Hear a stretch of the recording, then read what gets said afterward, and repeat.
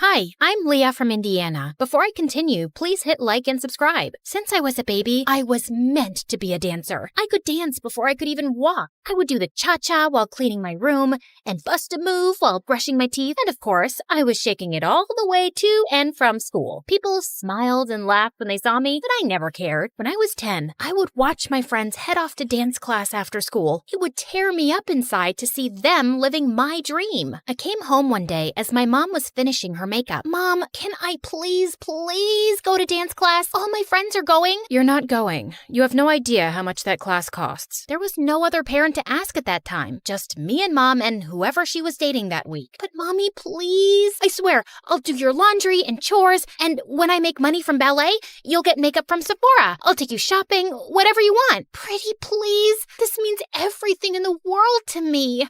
We'll see if that ever happens. Right now, I don't have time for this. I'm going to be late. The answer is no, and that's final. She left me alone in the cold house while she sped off in Ted or Fred's Ferrari to some fancy dinner. For me, another night of instant noodles. I felt devastated with how my life was going, just dreaming about my dream of dancing. But then I turned 12. I was alone, like always, and before I could blow out my candle on my plain cupcake, it flickered out. Oh no, there's still so much to wish for. I was about to leave for school when Mom barged in. Hold on, Leah. You have mail. My mom handed me a card with my name and address on it. Who's it from, Mommy? To Leah from Aunt Lucy. Who's Aunt Lucy? I haven't spoken to her in years. I don't talk to that side of the family. She gave me a ticket. Mom snatched it immediately from my hand. That's not a ticket. It's a check for $10 million. My mom went crazy. It was like she stepped into a Louis Vuitton fever dream. I didn't even know she was that loaded. I could do so much with this. I could buy a Gucci dress, an MK bag, and a diamond set. And I can't wait to see the look on Mary's face. She'll be fuming. And oh, that Tony who dumped me, he'll come crawling back like a puppy, begging me to take him back. I didn't remember the last time my mom looked so happy. She showered me with hugs and kisses, even making me twirl around like a ballerina. I had so much to ask Aunt Lucy, but Mom said she didn't have her number or anything. And when I turned 14, Mom decided to move. So we packed up everything and headed to New York City. That's right, the Big Apple, the city that never sleeps. We were ready to start a new life. I finally signed up for dance lessons at an art school. Me, the girl who used to have holes in her shoes, had ballet slippers. I practiced every day until my legs cramped, but I was ecstatic. My mom also had new friends, like Tiffany, Chanel, and Fendi. I had always wanted to be close to Mom, so I joined her shopping sprees, and it worked out great. I guess that's what I was always missing. We would spend our time stalking the malls for the best clothes, handbags, and of course, shoes. Oh, Leah, we have to get these too. I was covered with shopping bags and balancing shoe boxes while scooting through the aisles. I could barely see in front of me through Mom's haul. Hurry up! We don't want to miss the first drop of Balenciaga's new collection. I'm right behind you. But honestly, when we were in these very posh stores, I felt like a princess. I was offered fancy drinks, tried on expensive dresses, and best of all, I felt so close to my mom. I walked out of the dressing room in a sparkling dress. Now spin around. Oh, beautiful, so beautiful. We'll take it. I looked at myself in the mirror. I could barely recognize myself, but maybe this is who I was supposed to be. I carefully teetered in the heels my mom had picked out for me, but crashed into the mirror. Do you think we could look at some flats? While I spent so much time with my mom, I might have been distracted from my dancing. My dance teacher seemed to be losing patience with me. Okay, Leah, you're up next. Saute. I smiled nervously at my dance teacher, attempting to jump, but fumbled the landing. The other students giggled at me. Have you been practicing? Yes, of course. I lied. What time did I have to practice? School was out at 3. I told my mom I would be at Bloomingdale's by 4. I mean, it was so unreasonable. Besides, I never looked more like a ballerina. The clothes, the hair, the shoes, the makeup. I was the definition of what a ballerina looked like. It wasn't my problem if my teachers couldn't see it. By the time I was 16, me and my mom had our routine down. Shopping, dining, and dining. Mom had friends she'd visit while I was in school, and we'd chat about them over dinner. And you wouldn't believe her hair. It's turned this terrible orange color. And her roots? Oh, her roots could be seen from outer space. Honestly, Leah, I'm beginning to think you're my only real friend. She loved me. My mom loved me. Just then, two men walked into the restaurant and surrounded us with serious faces. Jeannie Roberts.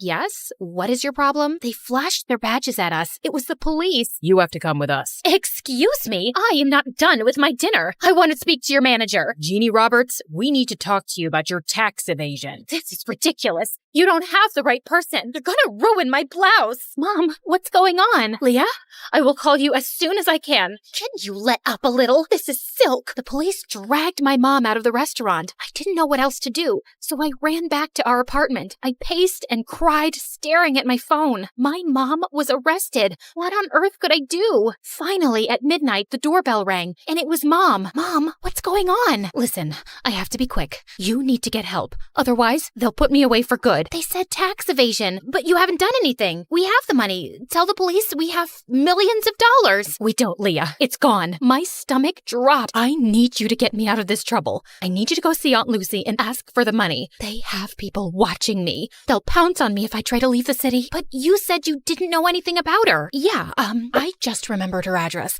Go to her and get the money so I can get out of here. I had no other choice. It was just me alone, and I had to save my mom. I hopped on the first train I could find. There were 1 million people on the subway, and I squeezed my way through the crowd. The train car jerked, and the guy's soda splashed all over my face. He glared at me. Hey, watch it. But he splashed me. Finally, I arrived at my aunt's house and knocked on the door. Her house towered over me with dozens of closed shutters and fading awnings. I'm not interested in buying anything. I'm not selling anything. I'm Leah. Are you Lucy? I'm looking for my great aunt Lucy. Leah? I ran to her and opened my arms for a much-needed hug, but I was taken aback when Aunt Lucy sidestepped me like she was avoiding a bug. Do you know you look very sticky? I know. I took the subway here. My mom asked for your help. You helped us before, and we appreciate it, so I didn't help you. Well, with the money you graciously gave us, you helped us a ton. That was your father's last investment. I was instructed to cash it out and send it to his next of kin. That's you. My dad? I can only recall bits and pieces of him. I know. You're not missing out. So, Jeannie's in trouble. You want something from me? Why should I bother? We're family, aren't we? I always disliked your mother. Spoiled, selfish, and vain. Does the apple fall far from the tree? You look just like her. But I didn't look like myself. She wanted me to leave, but I couldn't. She was my only hope. I kept pestering and pleading with her for days, buzzing around her like a pesky fly. Finally, after what felt like forever, she talked to me. This used to be a hotel, you know. I took care of everything, and I was great at it. But it's hard for a person my age to manage everything around here. There's too much space and too many stairs. I have a few guests coming over, but I don't have much staff. I would like to see how useful you can be. Whatever you need, I can do it. I needed to win her over to save my mom, so I got to work by cleaning out the fireplace. Large chunks of ash rained down on me, covering the floor in a thick blanket of gray. Oh my God, what a mess. Leave this and go wash your face. And when I scrubbed the windows, one of the panes cracked and a large piece of glass fell. I caught the glass right before it hit the floor. Oh no! I heard some guests coming, so I quickly shoved the glass under the bedspread. A large older man entered the room and plopped down on the bed. The glass made a large crunching noise and the man screamed. New sheets! You must need new bed sheets. I scampered out of the room and caught Aunt Lucy giving me the death stare. On the way to get new bed sheets, I bumped into a flower vase and knocked water everywhere. I sprinted off into the hall and grabbed the mop to clean, and then thud! The rest of the guests slipped and fell. Oops, I think I forgot the wet floor sign. Ugh, it's gonna be one of those days. I totally screwed up, and I knew there was no way she'd forgive me. So I hid from her, and when she finally found me, I started bawling like a baby. She couldn't be mad at a sobbing girl, right? I could see her face soften, and I figured I had a chance to get on her good side. I tried to make up for all the mistakes I had made. I gave my aunt a foot massage, made her fresh juices and warm soup, and in my final efforts, I polished her dresser and found a music box. Don't break it. Oh, I wouldn't. I love it. I'm a ballerina too. Well, maybe. I used to be. You're a little young for used to be anything. For me, this ballet feels like... Aunt Lucy and I were finally talking, and it felt like the ice was melting. She told me how she used to be a dancer. When I was a baby, my dad would tell her all about how much I loved dancing. I finally got through to my aunt, but I still needed her help. I brought up how desperate I was to save my mom. I was wrong. You're not like your mother at all. Okay, enough of all this. Let's go. We took a car downtown and met my mom. What on earth happened, Jeannie? You are still as disappointing as ever. Ugh, here we go. Why did you even bother to come here? You could have sent the money with Leah, but I guess belittling an innocent woman is more your speed. Aunt Lucy asked Mom for her tax forms, but all she got was silence. Mom, just give her the paperwork. She'll help us. What's wrong with you? Okay, fine. I'll just leave. And then Mom spilled the beans. She had conned us. The cops were fake. The tax problem was fake. All a scheme to get money from Aunt Lucy. I can't believe this, Mom. How could you do this? I had to. The bank was going to take the apartment, so I had no choice. I was in debt and knew only you could convince your aunt. I'm sorry. I know I spent a little.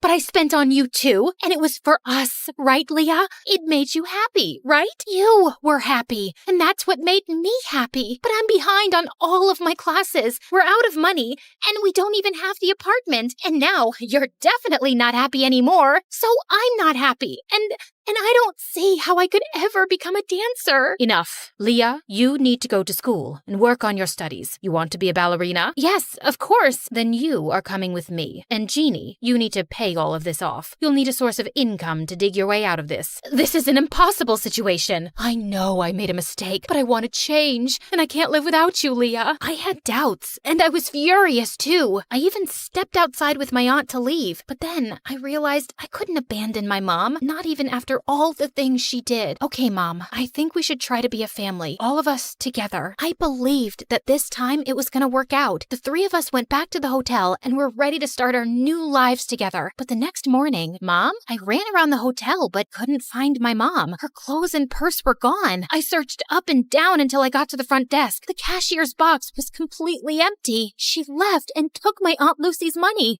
I was devastated. I brought her here, and it all happened because of me. What should I do? I had brought on enough trouble, and I had to earn and return every penny back to my aunt. Leah, are you leaving too? I'm so sorry, Aunt Lucy. I just wanted us to be a family. I don't want to cause you any more trouble. I thought it would be better if I just left. I'm so sorry about my mom. I wanted to believe that she would be different, but she wasn't. Just the same horrible, selfish woman. Leah, you don't have to go. It's not your fault. We're family. Sometimes the family you're given isn't the family you end up with, and that is okay. Really? Really. I love you. And I do have some good news. I made a few phone calls, and you have an audition next week. Oh, thank you. I love you too, Aunt Lucy. At the audition, I danced my heart out, and for the first time ever, I was supported and loved by my Aunt Lucy, and that sounds like the perfect kind of family to me.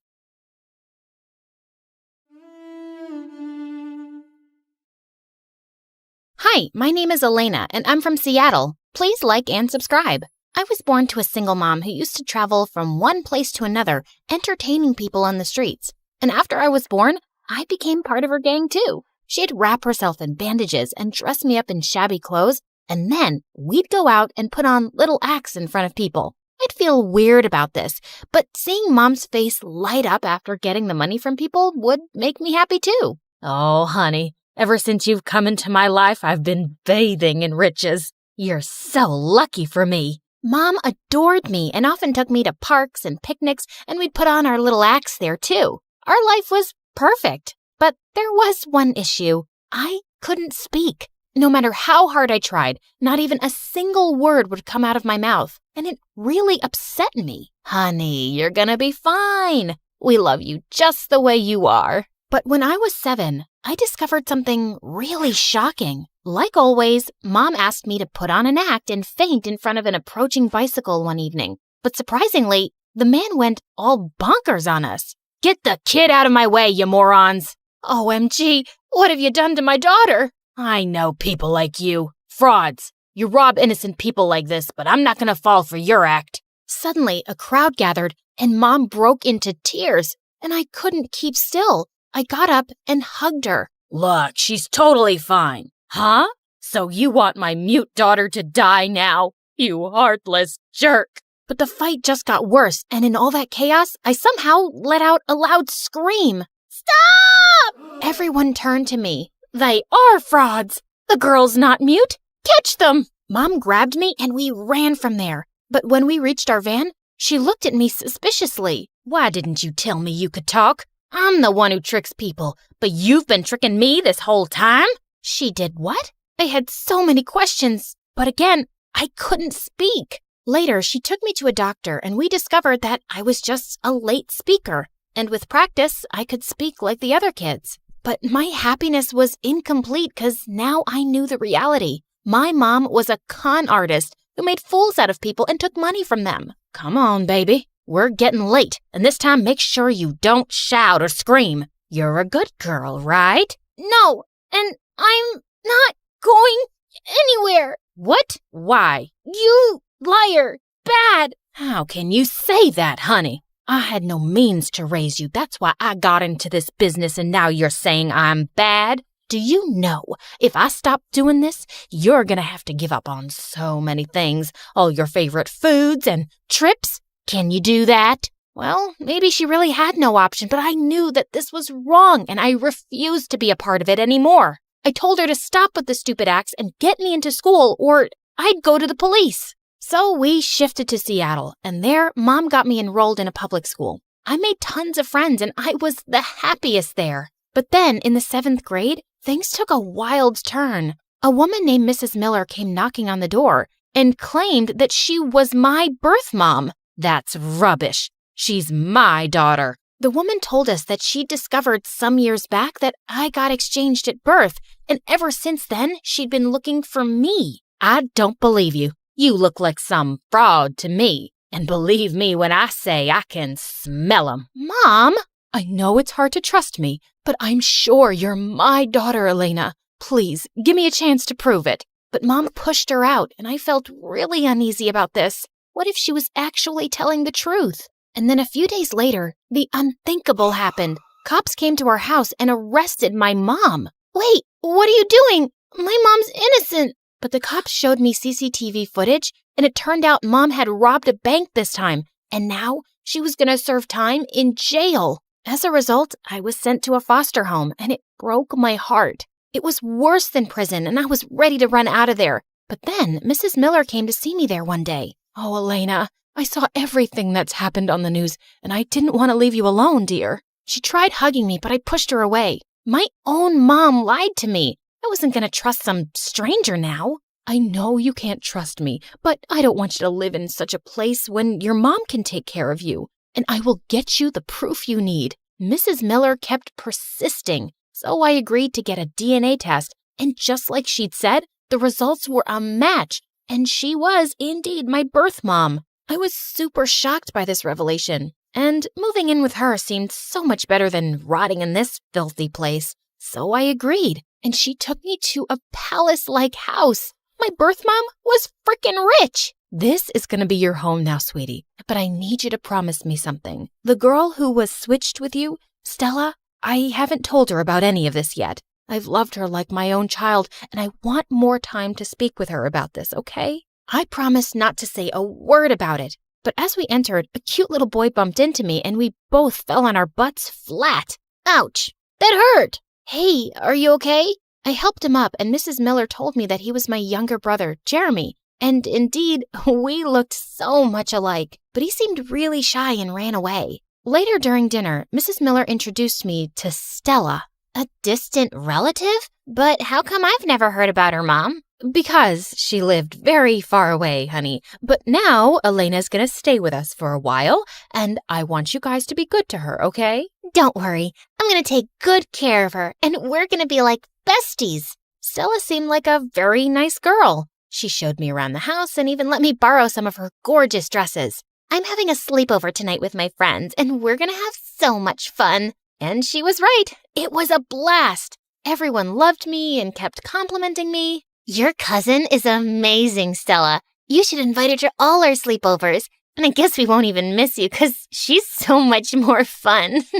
Gosh, these girls were so funny and crazy. They asked me some questions about my family, and I came up with some random lies. But Stella looked a bit suspicious. The next few days were amazing. Mrs. Miller would take me out shopping, and we'd have so much fun getting to know each other. She even took me to her workplace, and I got this proud feeling knowing that she was a top lawyer in a huge firm. And soon, I wanted to be just like her. But that night when I was asleep, I heard some strange noise in my room and I saw someone going through my stuff. It was Stella. What are you doing here? Oh, well, I was just checking up on you. Go back to sleep. Saying that, she rushed out of the room, but I felt really uneasy and I couldn't sleep after that, so I went downstairs to the kitchen for water. And there, I found Jeremy hiding behind the kitchen counter, binging on ice cream and cookies. Caught you. No, please don't tell anyone I was here. I swear, I didn't eat anything. Hey, it's okay. I'm not telling anyone.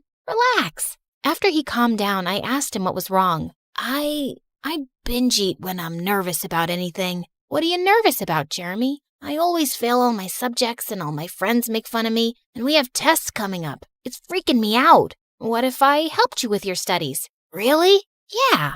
And we can teach those nasty kids a lesson so they won't ever pick on you ever again. You're so amazing, sis.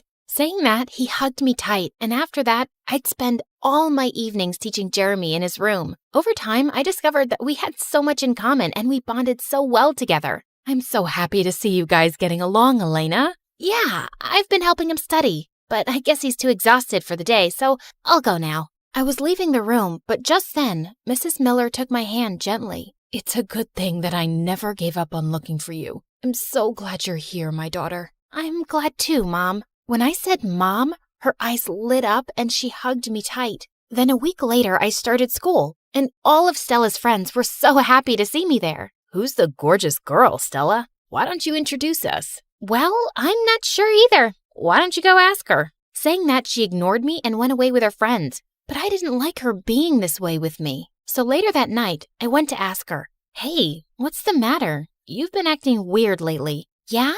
That's because I know something's up, and you and Mom are both lying to us. Oh, really? Is that why you were going through my stuff the other day? Don't act, Elena. Nothing you say ever matches up, and it's been so many days and no family member ever calls you. What are you hiding? I knew she'd figure out something was up sooner or later, but I couldn't tell her anything now, so I just left. Soon it was our birthday, and Mom decided to throw a huge party for both of us, and I got a really awesome gift for Stella to make things up with her again. Hey, you look so pretty. I got this for you, and I'm sure you're gonna love it. She opened the box and her eyes lit up. I've got something even better for you that's gonna blow your mind. I wasn't quite sure what she meant till something terrible happened at the party. While everyone was enjoying themselves, Stella got onto the stage and grabbed the mic. Hey, everyone. As you all know, it's my birthday, but it's also Elena's birthday. And I've got a great surprise for her.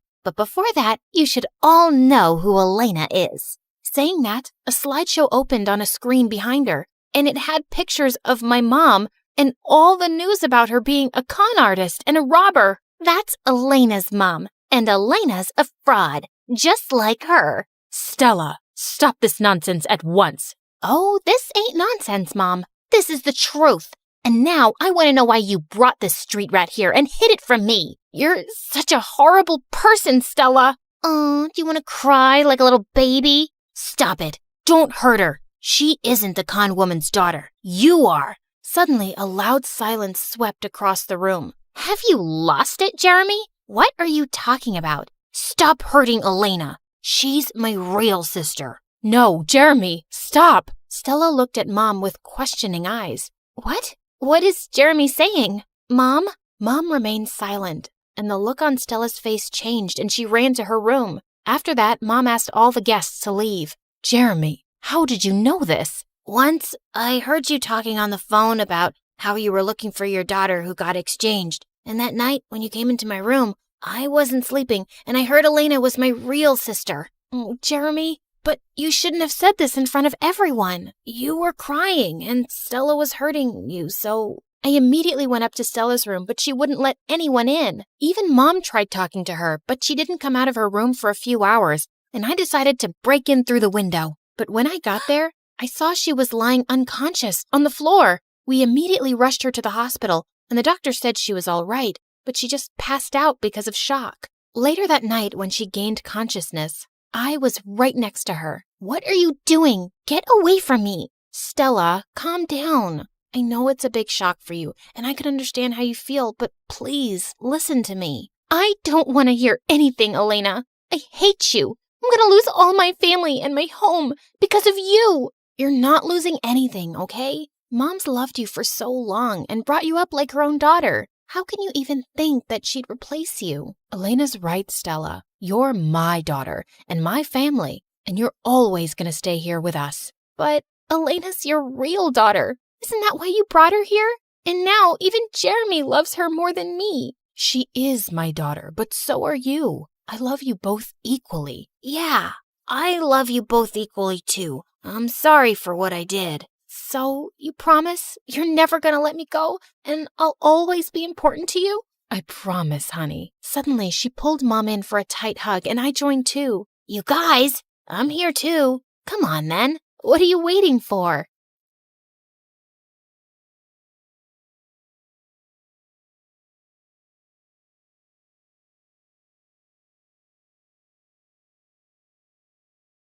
The morning bell echoes through the halls.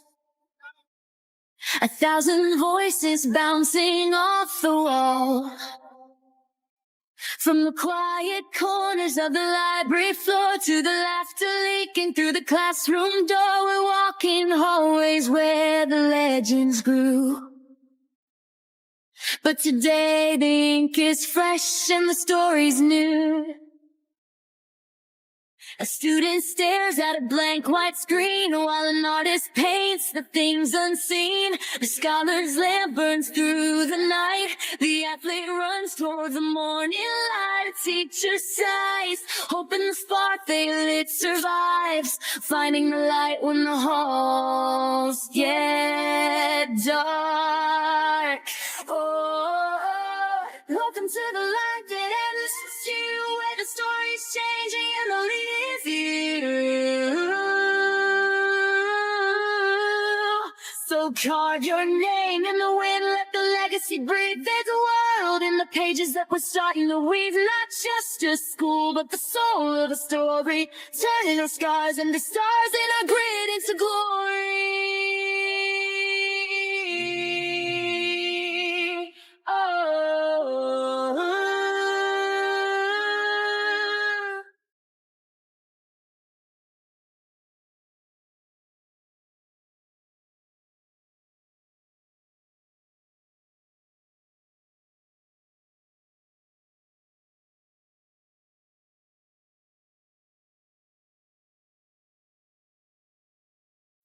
Okay, deep breath, Audrey. This is it. First day as a freshman at my dream school, the place everyone spends their whole life trying to get into. For kids like me, who can't even dream of affording the tuition, there's only one option. Grind like your life depends on it. I don't have any special talents to get a sponsor. It's just my brains, coffee, and a very unhealthy relationship with practice tests. And the grind paid off. I made it through ultra hard mode, the entrance exam. Welcome to My Story University, also known as MSU. This place isn't just a world-class institution. It's a living campus of scholars, athletes, and artists from every walk of life. Some of you got here through hard work and exams, others through sponsorships, scholarships, or family legacy. But no matter how you arrived, one thing is true. You're here now, standing at the start of something extraordinary. To be here means you've made it through one of the toughest selection processes in the country, or at least convinced your parents to pay for it. Either way, you've earned this moment. So take a breath, look around you, because from the moment you pass through this gate, your story begins. Wow, just listening to her made me feel so excited. Just then, the student beside her stepped forward, literally bouncing on her toes. She's probably one of the prettiest girls I've ever seen. Hi, freshmen! Welcome to MSU! I'm Anya, sophomore, event planner, and your official chaos guide for today. All right, before anything else, keep your brand new ID close. It's your golden ticket. Tap it on the scanner at the first gate, add a fingerprint check, and boom, you're officially inside MSU. Very spy movie, I know. Now, everyone form lines. Trust me, once you scan in, the real MSU magic begins. Lines formed in no time as students started to pass through the entrance gate. I was grinning from ear to ear when someone hit me from behind. I stumbled forward and turned, glaring at whoever just ruined my perfect moment. And that's when I saw him, a tall guy with broad shoulders and messy hair that looked annoyingly good, like he woke up and the wind just styled it for him. And of course, handsome. Sports drama poster handsome. My bad. Didn't think you'd stop dead in the middle of the line just to admire the scanner. I narrowed my eyes at him. Perfect. 2 minutes into MSU, and I've already run into Mr. Sponsored Athlete with a smug grin. He chuckled, clearly not offended. In fact, he looked way too entertained. Only an entrance exam kid would call me that with a straight face. Entrance exam kid? Like it was stamped on my forehead? Don't worry. I'm sure your sponsors didn't pick you for your brains either. Okay, fair. You've got bite. I'm sticking with you. Please don't. Excuse me. Flirting's cute and all, but can you scoot? My first crush just walked through the gate, and I am not missing this. My face instantly went tomato mode. Relax. We'll let you chase true love. Ladies first. Thank you. Thank God she swapped places with Mr. Sponsored Athlete. I was able to focus again. Then it was my turn. I stepped up to the scanner, swiped my ID, pressed my fingertip, and the gates slid open. A security guard by the arch tipped his cap at me, smiling like he'd been waiting all morning just to say this. Welcome to MSU. Big day, huh? You're gonna love what's waiting on the other side. I gave him a smile as I walked toward the side entrance, and my breath hitches as I stared at what I can only describe as a dreamlike paradise. Rows of cherry blossom trees arched overhead, petals drifting like pink snow across a stone bridge that seemed to glow in the sunlight. Students slowed down, phones snapping, voices hushed, like we'd all walked into some dream sequence. So this is the famous Blossom Bridge of MSU. This was the kind of moment you wanted to bottle up forever, the kind that made every sleepless night, every exam, every meltdown feel worth it. I clutched my pamphlet tighter, grinning without even meaning to. For a second, everything felt perfect. Beautiful, right? You'll see this every day on your walk to school. Okay, now on to important people. Introducing our student council president and vice president. The student council president looked intense, posture straight, sharp eyes scanning the crowd, practically glowing with authority. Meanwhile, the vice president had this cheerful, approachable vibe, like the type who'd hand out snacks during finals week. Welcome to My Story University. You should all be proud because earning your place here is no small achievement. But pride alone will not carry you. MSU demands discipline, excellence, and respect. Your time here will test not only your abilities, but your character. Remember that. The air went heavy. Students straightened their backs like we'd just been drafted into the military. My grin slipped into something closer to panic. Don't let him scare you too much. Yes, MSU is prestigious. Yes, it's challenging, but it's also where you'll find friends, discover passions, and create memories you'll never forget. The tension broke instantly, and I felt my shoulder relax. To help with that, we have a special event for the whole day. You may form your own groups, but if you're too shy, we'll group you. Like, for example, Her eyes swept the crowd and then landed right on me. her perfect couple here. My eyes went wide. Perfect couple? Me? With who? I glanced sideways and saw Mr. Sponsored Athlete standing way too close to me. He grinned at me. Told you. I'm sticking by you. I'm Tyler. And you? Before I could roast him, a camera shutter snapped. A boy popped out of nowhere with a massive camera, already crouching like he was shooting for National Geographic. Yes, that's the shot! You two are, like, campus power couple material. Vogue cover, MSU edition. Don't mind me, just documenting history. I'm Jaden, future photography club icon, and future sponsored legend. Once the universe wakes up. I mean, come on! Sponsors don't just fall from the sky, but these shots? Portfolio gold! So yeah, I'm grouping with you two. No debates. Lighting's immaculate, chemistry's insane. Ooh, you're literally my muses now! Ugh, holy pachoochie! I almost went to heaven studying hard day and night to enter MSU, and I ended up with a smug boy and shutter weirdo as my group on my first day? Pray for me. We went to the school auditorium, and I was stuck between my team. The ceremony kicked off with the basics about the school system and classes. Freshmen, it is my honor to present the man who not only leads this university, but built it into what it is today. The owner and president of My Story University, Mr. Lucian Valcorin. The hall erupted into applause. A spotlight cut through the room as Mr. Lucian stepped onto the stage. Tall, broad-shouldered, every detail immaculate, a dark, tailored suit, and an aura so strong it silenced the room the moment he looked at us. Handsome, almost too handsome, in that untouchable, dangerous way. Okay, yeah, that's definitely a vampire businessman. He wasn't wrong. A deep, velvety voice filled the room, sending a chill down my spine. Welcome, my dear freshmen, to My Story University. Here at MSU, we aim to shape you into the best versions of yourselves.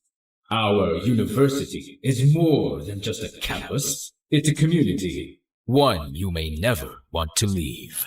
His lips curled into a smile, teeth just a little too sharp. We're currently expanding MSU's reach by adding classrooms right by our beloved cemetery. And soon, we'll be bringing MSU to the moon. Wait, what? Did I hear that right? Heads whipped around. Murmurs rippled through the hall. Just kidding. I was only trying to wake you up. Some of you looked like you were about to fall asleep. The tension broke into nervous laughter. A few students even clapped in relief. Then his gaze sharpened again, sweeping across the crowd. Now, before your studies begin, there is a tradition every freshman must take part in, the Freshman Quest. For the whole day, you will explore this campus, facing challenges of the mind, body, and spirit. It's not about victory, it's about growth. That is what My Story University stands for. Each choice you make, each lesson you carry, forges a new page in your story. Do not forget, today marks the beginning of your journey toward success. This is where your legacy begins. The hall erupted in genuine applause, excitement buzzing like static in the air. Thank you, President Lucian. Freshmen, your orientation continues with the first phase of your freshman quest. Your initial challenge awaits inside the Grand Library. Grand Library? Totally my thing! Students buzzed with excitement, groups already chattering about strategies. I adjusted my bag and straightened my stuff, ready to dive in. Except, of course, I wasn't alone. Bet you're dying to boss us around already. Boss you around? Why would I? I mean, I saw your notes. You scream perfectionist. Oh, I gasped, because I totally was. Wow, rude. I would not call it bossing around. I'm leading our group. Yes, boss. Why, you... Perfect! Tension, drama, I love it! This quest is practically a reality show. Ah!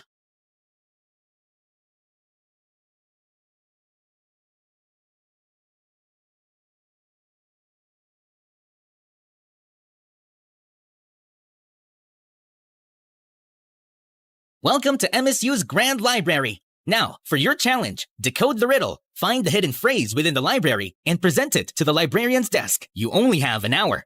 The ones who will solve it by the given time will be rewarded by MSU prestige points. The room erupted into murmurs as groups crowded around the pedestal. I leaned in, scanning the parchment, my brain already piecing it together. Guardians of the word, keepers of time. Knowledge is locked in order and rhyme. Seek the author whose name holds 3 on the 2nd floor, row 63. Next, take the tome of silver spine, 5th from the top where the lamps still shine. Last, find the scholar who never wrote. His number alone keeps wisdom afloat. Bring them together, letters align. Reveal the message hidden by design. Yeah, that wasn't a riddle. That was a boss fight in poem form. Other groups started discussing right there. Some already arguing over what the poem even meant, and some I knew from one look, our competition. If I wanted to win, I needed to focus. I dragged Smut Boy and Shutter Weirdo to a quiet corner. No way I was letting the entire freshman class eavesdrop on my strategy meeting. Okay, listen, we're not solving this in the middle of the stampede. Everyone's confused, which means we can get ahead if you two actually listen for once. Love the confidence. Totally giving team captain energy. Yes! Secret strategy meeting! Love it! Focus! The first clue points to authors with 3-letter last names. Second floor, row 63. Tyler, that's your job. You can climb faster. The second clue is a silver-spined book, 5th from the top, near the lampposts. Jaden, you can handle that. And the last clue, the scholar who never wrote, that's a call number with no listed author. Reference section. That one's mine. Yes, boss. I rolled my eyes. Come on, chop chop. Tyler sprints up the second floor like a man on a mission. Jaden hops onto the ladder and zooms across the shelves dramatically. Guess. I nearly choked. Why is he like this? He came back with the books and lined them up. As soon as I arranged them correctly, the secret phrase appears. Welcome, story makers. See? Genius. First place was practically ours. Whoa. Okay, that was genius. Brainy main character energy. Love it. Pose with the books? Yes, perfect. Save it. We need to move. But then, Jaden bumps into the table, and the silver-spined book slipped from the pile. Tyler lunged to grab it, but he crashed straight into Jaden. And boom, camera bag exploded. Several things cluttered, and Tyler scrambled after it like this was a sports drill. Jaden literally dived onto the floor. Not the lens! And 2 nearby groups tripped over the mess. It's absolute chaos in just 3 seconds. Okay. Not my smoothest save. Oh, come on! We scrambled through the mess of Jaden's stuff, books, and people. My heart raced as I dug for our pile, panic setting in. By the time I dragged both the guys in the books to the librarian's desk, another group was already standing there with the answer. Group 12, first place. Group 14, close behind. The crowd applauded while Tyler and Jaden looked so proud. And me? I am not even the slightest happy. Close behind? Second place? We should have won, thanks to Dumber and Dumber here. Relax, boss. It's not losing. It's character development. Character development? I don't need character development. I need first place. Holy Pachuchi. So much for my first day at MSU. Students would remember me as a viral TikTok sound waiting to happen. The next quest, art challenge. I hid behind my map like it was a security blanket, trying to block out the stairs. And of course, Tyler and Jaden were crackling like hyenas behind me. Apparently, my rage and humiliation are their new favorite hobby. We finally stopped in front of the art building. Its glass doors framed with colorful murals painted by past students. Anya bounced ahead of us, waving both arms like she owned the place. Welcome, freshmen! This is MSU's art building, one of my absolute favorites. We've got cozy rooms for solo artists who like to brood, and big studios for collabs or group lessons. You can make anything here. Painting, sculpture, digital art, photography, even the weird experimental stuff. And right in the center of MSU, our pride and joy, the Art Museum. Only truly extraordinary work gets displayed there. If your piece makes it in, trust me, people remember you forever. Check it out later if you're curious. Jaden practically vibrated beside me. He's looking like he'd found religion. Oh, this is it. This is fate. My portfolio is gonna hang in that museum. Center stage, spotlight, destiny. The doors swung open, and someone came out, a woman in a paint-splattered apron and the most colorful outfit I'd ever seen, like a walking rainbow with glitter on top. Her hair was bright orange and curly, the pencil tucked behind her ear, and she had the kind of energy that made you want to burst into one of those children's songs about how the world is colorful and so am I, while spinning in a field of flowers. Hello, my little masterpieces. I am Orla, and today you're going to discover that art is not just what you make, it's who you are. Prepare to laugh, prepare to cry, and most importantly, prepare to get paint absolutely everywhere. Your challenge is simple, yet profound. Each group gets one canvas. Together, you must create your very own team mascot. It can be anything. Bold, wild, ridiculous, iconic. Don't play it safe. Safe is boring. And in art, boring is the only true failure. Boring is totally not my thing. Holy Pachuchi, just looking at my teammates made me nervous. The canvases were passed out, brushes clattered onto the tables, and the room instantly filled with chatter and the smell of wet paint. The 3 of us stared at the big blank canvas in front of us. All right, here's the plan. 1 canvas, 1 mascot. I'll sketch something smart and symbolic, then we'll discuss colors later. Yes, boss. It took me a while to create a pencil drawing of our mascot, and I was actually satisfied with it. Okay, for the colors. Tyler just dunked a brush into the paint like it was a soup spoon. This mascot needs fire. Boom! He slapped a massive red streak across my careful outline, and I nearly had a conniption. If there's fire, it needs protection and something cool. He added giant sunglasses, random accessories, and a ridiculous grin. Tyler started laughing, and Jaden doubled over with him. They continued drawing silly things, and I just can't. I'm trying! Our symbolic creature looked like Memezilla on spring break. Look at his arms. He's jacked. Wait, he needs a Gucci belt. I snorted a tiny giggle, then clamped my hands over my mouth. No, Audrey, don't encourage them. Stay strong. My eyes caught the team near us, and holy pachuchi, they looked so artsy and serene, like they'd been born holding paintbrushes, and their mascot was a masterpiece.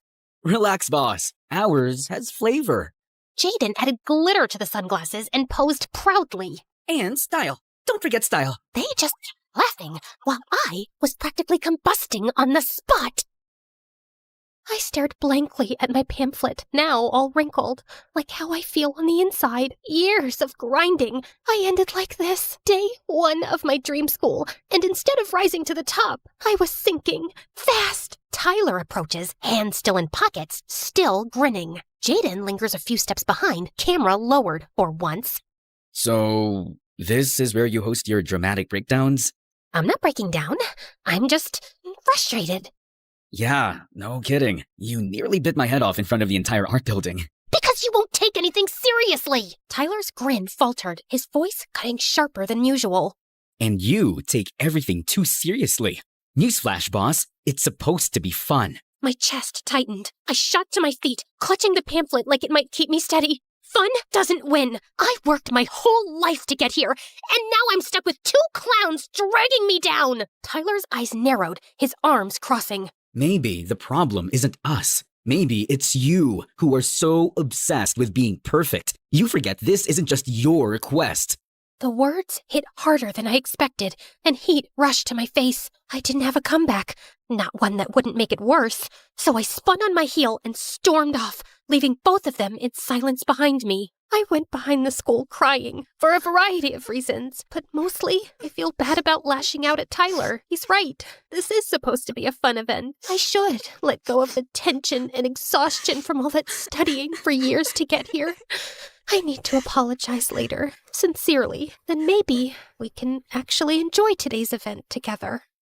But then, later came, and the tension was still thick between me and Tyler. Jaden was caught in the middle, throwing out jokes, trying to lighten the mood, but it's not working. I gave Jaden an apologetic smile, and he just grinned back and mouthed, "Don't worry, it's cool." Then I glanced at Tyler.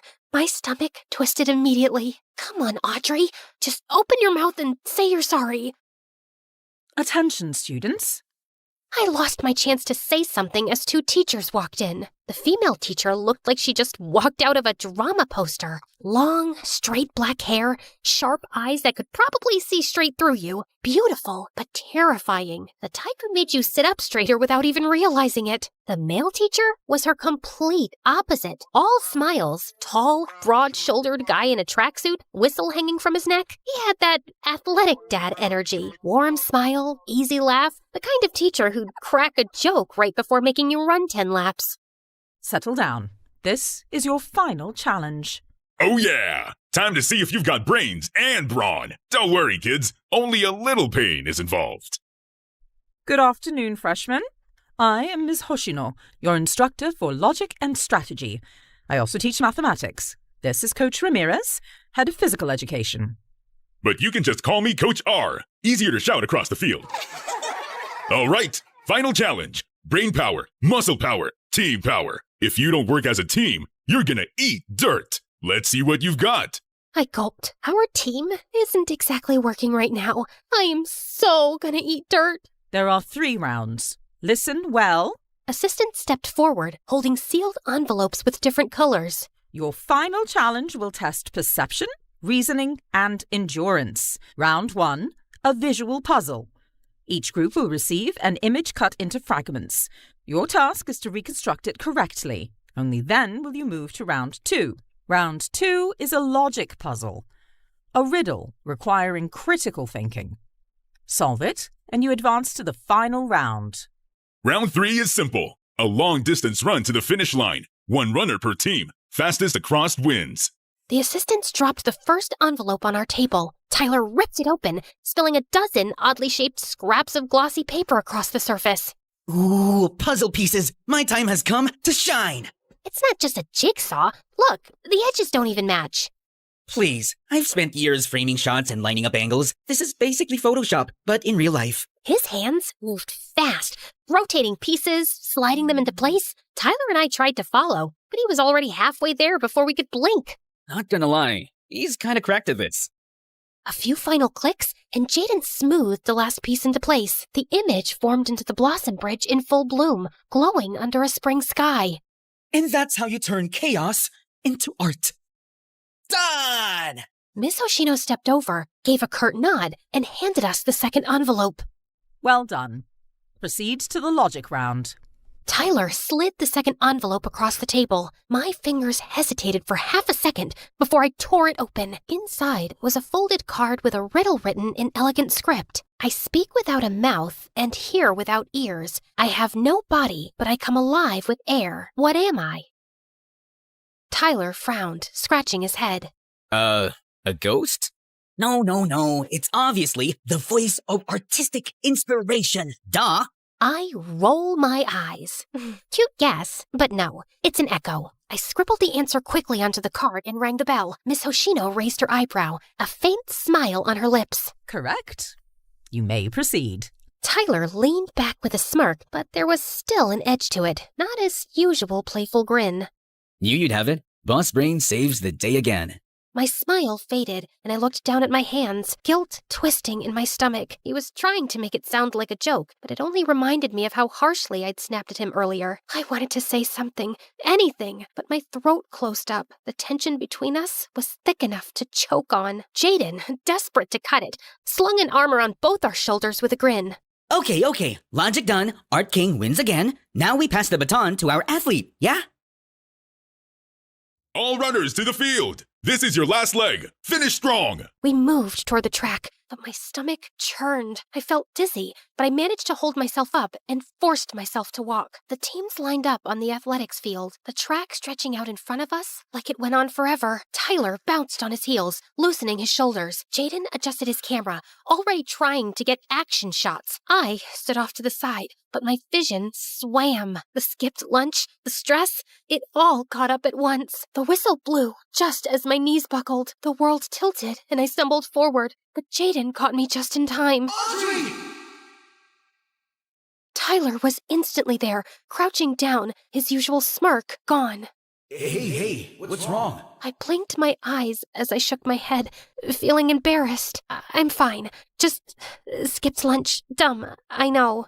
Don't say that. Just hang in there. I'm gonna call a teacher. I immediately grabbed his sleeve, stopping him in his tracks. Tyler, I'm sorry. I'm sorry for yelling at you and ruining today. It's supposed to be fun. And you're right. I was so caught up in being perfect, I forgot we should enjoy today. Together. Tyler blinked at me, surprise flickering in his eyes. I swallowed hard, my voice cracking just a little. I really wanted to prove I belong here, and I took it out on you. I'm so sorry. For a moment, silence. Then Tyler's lips curved into a small, warm smile. Hey, no problem. I've been yelled at worse during practice. He ruffled my hair playfully, but assuringly. Just rest. I'll handle this. That's impossible. We're already way behind. Tyler glanced at the track, then back at me with that familiar glint in his eye. Impossible? Nah, I'm a sponsored sports student, remember? I'm not called the wind of track and field for years for nothing. Before I could protest, he stood up and winked at me, and then he ran. Not just fast, blazing. passing team after team after team, the gap closing with every stride. He was the wind. I watched in awe as Jaden and the crowd roared. The whistle blew like a song as Tyler crossed the finish line. First place, chest heaving and a wide grin. My heart skipped, then thudded hard against my chest. Faster than his sprint. I didn't even notice Jaden raise his camera, capturing me in that moment with a quiet, knowing smile. The field erupted with cheers. Everything happened so fast, but also it felt like the world slowed down. Tyler jogged back to us with his wide grin. How about that, boss? Did I make you proud? I laughed. Are you kidding? That was freaking A! Jaden snapped away like we just made history. The day wasn't over. It was only the beginning. After an hour of rest, we were all assisted to the announcement board to see our class assignments, and there it was. My name, Tyler's, and Jaden's. Same class. They really had it out for me, huh? We stepped into the classroom and instantly started bickering over seats. I wanted the front row, Tyler claimed the window, and Jaden tried to sit in the middle just to capture the tension from both sides. From there, the tour kicked off. The science laboratory was first. The second I walked in, my heart fluttered. Rows of microscopes, glass cabinets of specimens, lab coats hung neatly on racks. The air even smelled like potential. The gym was huge, a full-size court echoing with the sound of basketballs. Tyler's eyes lit up instantly. Just behind it was the sports field, and Tyler was in his element, high-fiving Coach R like they were old friends, and younger athletes chasing him as if they were already their hero. Jaden, he practically screamed when we reached the photography club room. He gasped so loud people turned, then begged the club president to let him live there forever. And from there, the day blurred into moments stitched together. And there's a lot more to explore. We walked leisurely on the Blossom Bridge at sunset, petals drifting around us. For once, I didn't feel like I had to walk fast. We laughed, and the sound felt lighter than it had all day. For the first time since stepping off that bus this morning, MSU didn't feel intimidating. It was alive. It's our school, where our journey begins. The sky deepened into twilight, and lanterns flickered to life one by one until the whole campus glowed like a magical realm. Booths lit up the central campus, the air filled with laughter, music, and the smell of food. This is just pure happiness. Freshman night has officially begun. Each of us was given an envelope with our very first MSU points. To use them, we just tapped our ID and fingerprint at every stall. Like magic money, we bounced from food stalls to game booths, Tyler somehow winning me a giant plush with one throw. He plopped it in my arms before I could argue. Congrats, boss. You're a winner too. Thanks. Soon, the lantern walk began. A glowing river of students weaving through campus and ended at the campfire. Flames leaping high into the night. Cheers echoed. Sparks danced skyward. For once, I wasn't stressing about perfection or plans, just living, and it felt good. The bonfire roared higher. Music drifted through the crowds as students paired off, some laughing, some swaying in clumsy circles. Tyler turned to me, his usual smirk, softer now. Come on, boss. Dance with me. My heart stuttered. 1,000 excuses buzzed on my tongue, but his hand was already out, waiting. Before I knew it, I was stepping into the circle, firelight flickering across his face as he pulled me close. The world felt smaller, warmer. We both turned. Jaden stood there behind his tripod, grinning like he just caught the cover of a magazine. Perfect. Firelight, romance, history in the making. Before either of us could protest, he barreled in and hugged us both, nearly knocking me off my feet. I'm so glad it's you two. We're gonna make the next few years at MSU unforgettable. We all burst out laughing, tangled in the world's messiest group hug.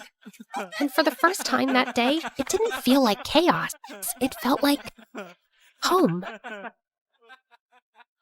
MSU Freshman Quest. It wasn't perfect. It wasn't according to plan. But maybe that's the point. The best stories aren't flawless. They're unforgettable. This is My Story University, a place where ambition awakens, your dreams take shape, where passion becomes flame of purpose, where friendships deepen into lifelong bonds, and each moment becomes a page in the legacy only you can write.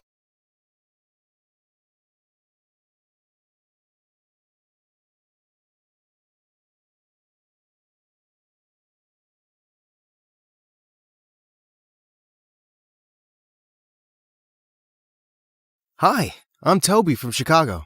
Please, like and subscribe. I was born to the kindest people you'll ever meet. My dad owned a giant tech company, and we were wealthy, but my parents were always caring and generous, and taught me to be the same. When I was in the first grade, my parents took me to an amusement park for my birthday, and as we were leaving, I suddenly spotted a boy crying behind a bench. I realized it was Nathan from my class. He was a giant bully, but I couldn't just leave him there. Hey, Nathan, are you lost? Let me help you. My parents and I searched for his parents all over the giant park and finally found them after 2 hours. And it turned out that Nathan's dad was my dad's biggest business rival. His parents didn't even thank us and just took him away. Rude. I thought after what happened though, maybe Nathan and I could be friends. But the next day at school, I was walking down the hallway when he suddenly pinned me against the wall. If you tell anyone you saw me crying, I will deal with you. Do you get me? I won't. But how about you stop being a jerk to me? Why? I still don't like your face. He pulled my bag and threw it across the hall, sending my things flying everywhere as he laughed and ran away. And things never got better. He kept being a jerk, and my revenge was beating him in both studies and sports.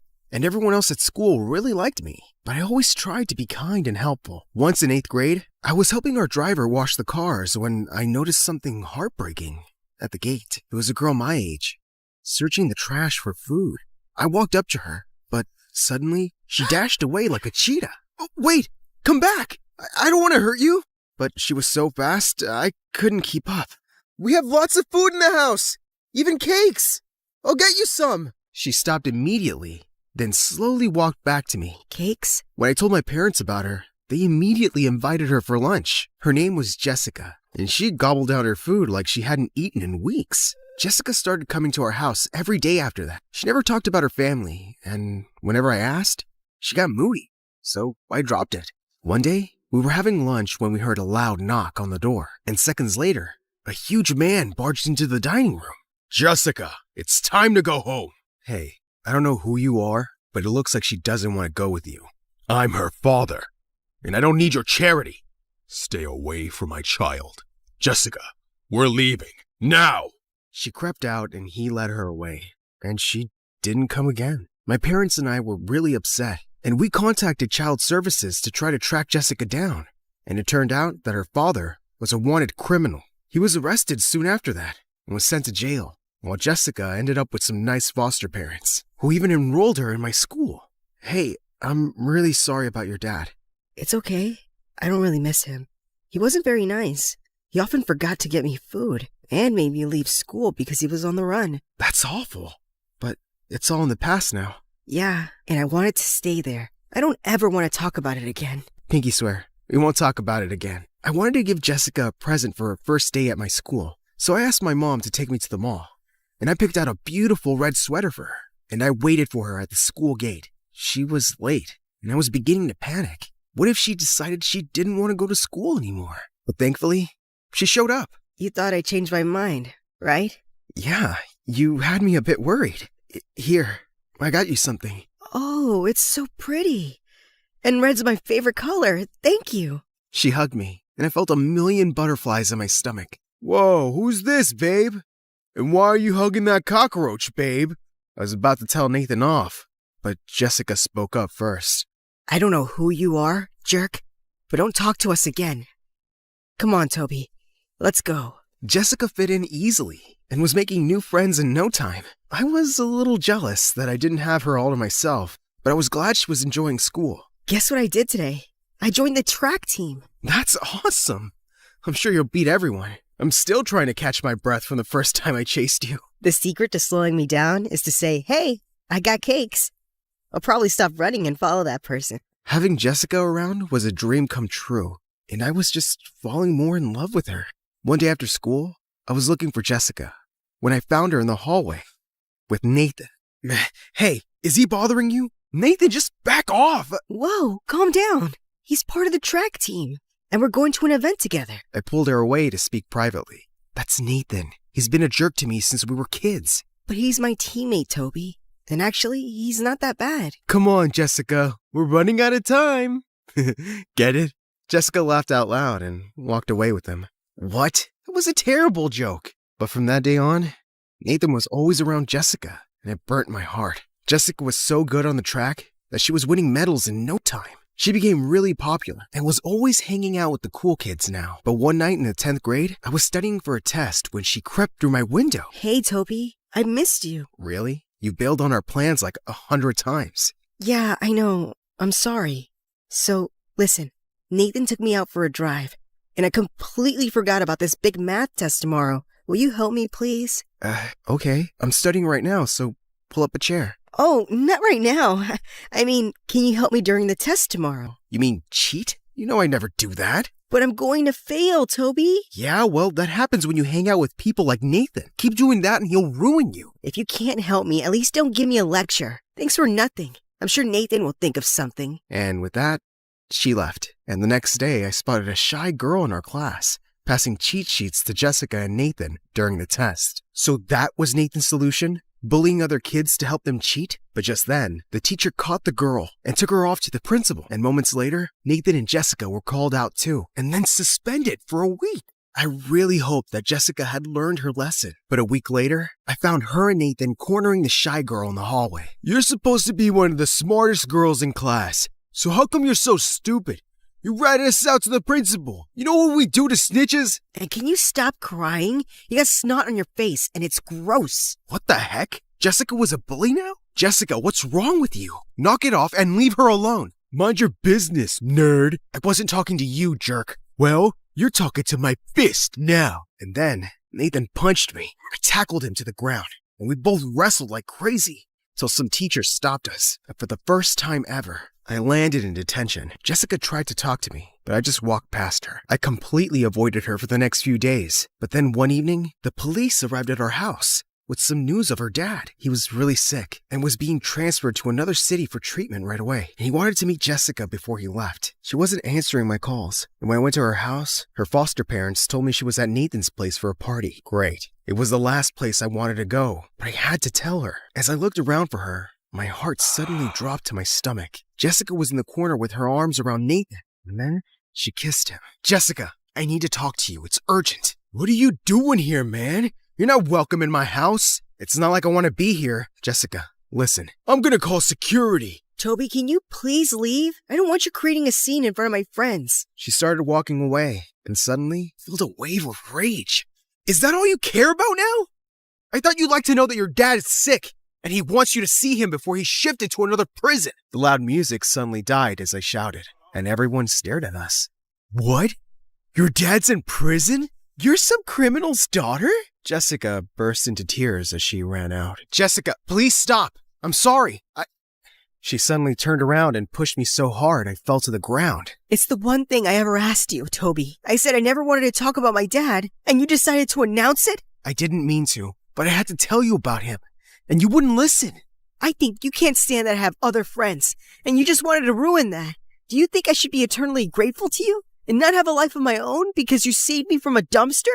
Jessica. Just leave me alone. The next day at school, everyone had heard about her dad, and her friends had dropped her like a dead fly. I tried sitting next to her at lunch, but she immediately walked away. But later that day, I saw Nathan and her holding hands, and she didn't look so sad anymore. I stayed away from them and tried to focus on schoolwork. Dad asked me to start coming into his office after school to learn more about our business, and I was happy to keep myself busy. Our tech company was launching new gadgets soon, and I was quite excited to be a part of it. But a few weeks later, I woke up to really loud voices downstairs, and I went running. I found my parents watching the news, and I couldn't believe my eyes. Nathan's dad was on TV, introducing a prototype of the gadget our company had been working on.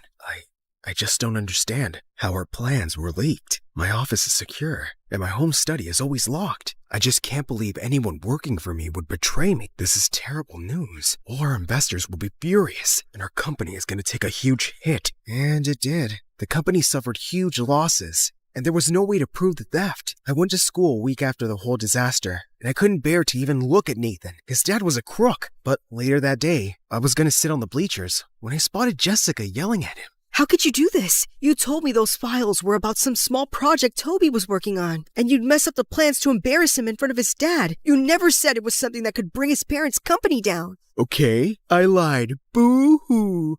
I didn't make you do anything. You got those files from me and then put them back. Remember? I was angry. I only wanted to humiliate Toby. You went too far. And I thought you loved me. It's not my fault you're stupid.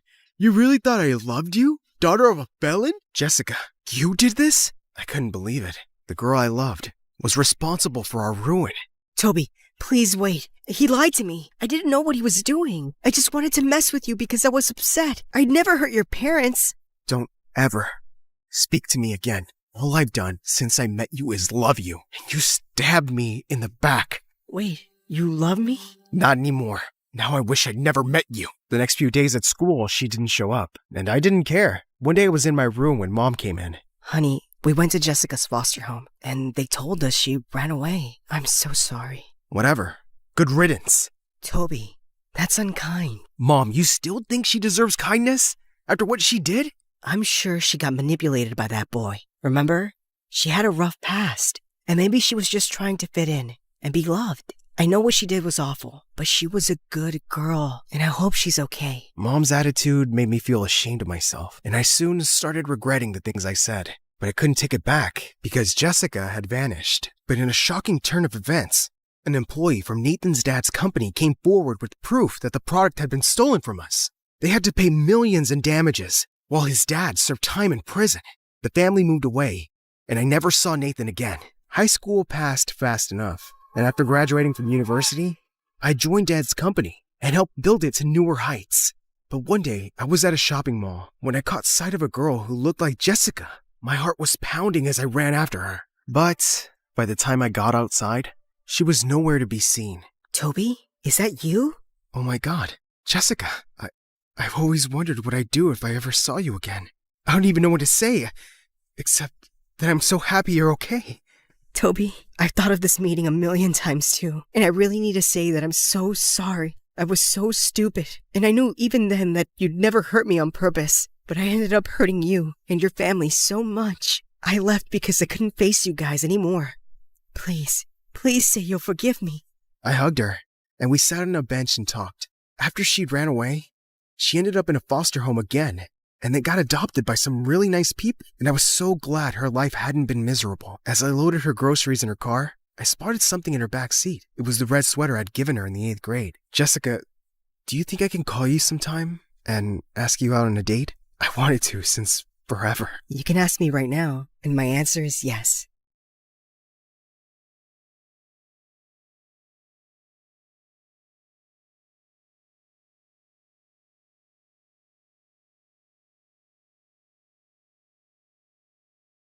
I was peacefully dozing off on a plane to China when suddenly someone yanked my hair and chomped on my ear like it was a snack. I whipped around to find a naughty-looking boy. Ow! Seriously? Keep your teeth to yourself, kid! He then burst into tears and his mom turned to me. 你竟敢对他大喊大叫，他还是个孩子。 I wish I understood Chinese, but her dramatic glare made it clear I was the villain here. I tried to dive back into dreamland, but the woman next to me had other plans. She woke up and started chewing her gum like a goat who hadn't eaten for 300 years. It was so loud that people from 30,000 feet below could hear it. Excuse me, could you tone that down, please? Tone down the what? Oh, great. Her voice was even more annoying. I shrugged it off and reached for my trusty earphones instead. But before I could enjoy some music, the guy on my right suddenly smacked my shoulder. What is wrong with this flight? Everyone was driving me nuts. Left, right, front, and back. The culprit was so engrossed in some stupid adventure game on his phone. Hey, quick question. Do I look like a punching bag to you? A little bit. You can't play your stupid game without attacking a real person, you know. Chill, girl. It's called reflexes. Maybe if you had better ones, you wouldn't get hit. The audacity of this guy! I couldn't help but think, why do these online gamers waste their time in a virtual world when there's a beautiful one right outside the window? Real life is 1,000 times better. Or so I thought. Hi, my name is Alira, and I'm an aspiring photographer who loves traveling around the globe and capturing the most beautiful scenes and moments. I had always enjoyed doing it alone, but things took a wild turn when a weird and mysterious guy started tagging along and changed my life forever. Before I continue, please like and subscribe. After dealing with all those annoying passengers, I eventually fell asleep after listening to music while letting my imagination run wild. Soon enough, the plane finally landed, and I headed straight to my beautiful hotel. I took a short beauty sleep while waiting for nighttime to roll around, and when it finally came, I excitedly jumped out of my bed, took my camera, and immediately rushed outside. Stunning views, beautiful people, inviting lights, glowing lanterns, and the sweet traditional vibes of China. Ah, this is the dream. Walking along the streets, I stumbled upon a guy sleeping on a bench. Judging from all the stuff around him, he must be homeless. Poor thing. I found myself clicking pictures of him, my camera perfectly capturing his struggles and hardship from every detail of his form. Just then, a green owl suddenly appeared from behind the bench, perched on the sleeping guy as if he owned him, and scowled at me. Relax, little buddy. He's all yours. To my surprise, the guy woke up and scowled at me too. Who are you? And what are you doing here? His eyes then lowered to my camera. Were you taking pictures of me while I was sleeping? Duh, I was taking pictures of the street, but you were blocking my view. It's not my fault you were sleeping there. That's a terrible excuse for disrespecting my private space. The private space? That's rich coming from you, who is sleeping on public property. Delete my pictures, or I'm gonna delete it myself. Don't you dare touch my camera! Do you have any idea what it takes to capture a beautiful moment or view? The countless hours, the right timing, the quest for the perfect angle. I pour my heart and soul into every shot. Those aren't just pictures. It's a piece of me, a piece of my struggle, my passion, my life. So please, don't take that away from me.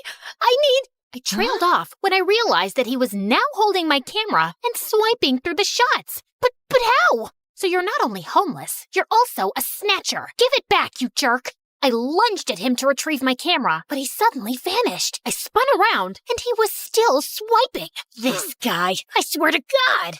In all fairness, you have quite a remarkable talent for capturing beautiful images. What do you think of me now? Just some lousy, try-hard photographer? I snatched the camera back, and this time he didn't resist. He practically handed it over. I immediately checked my gallery and realized he hadn't deleted anything. Relax. I usually don't meddle with other people's business. Unlike you.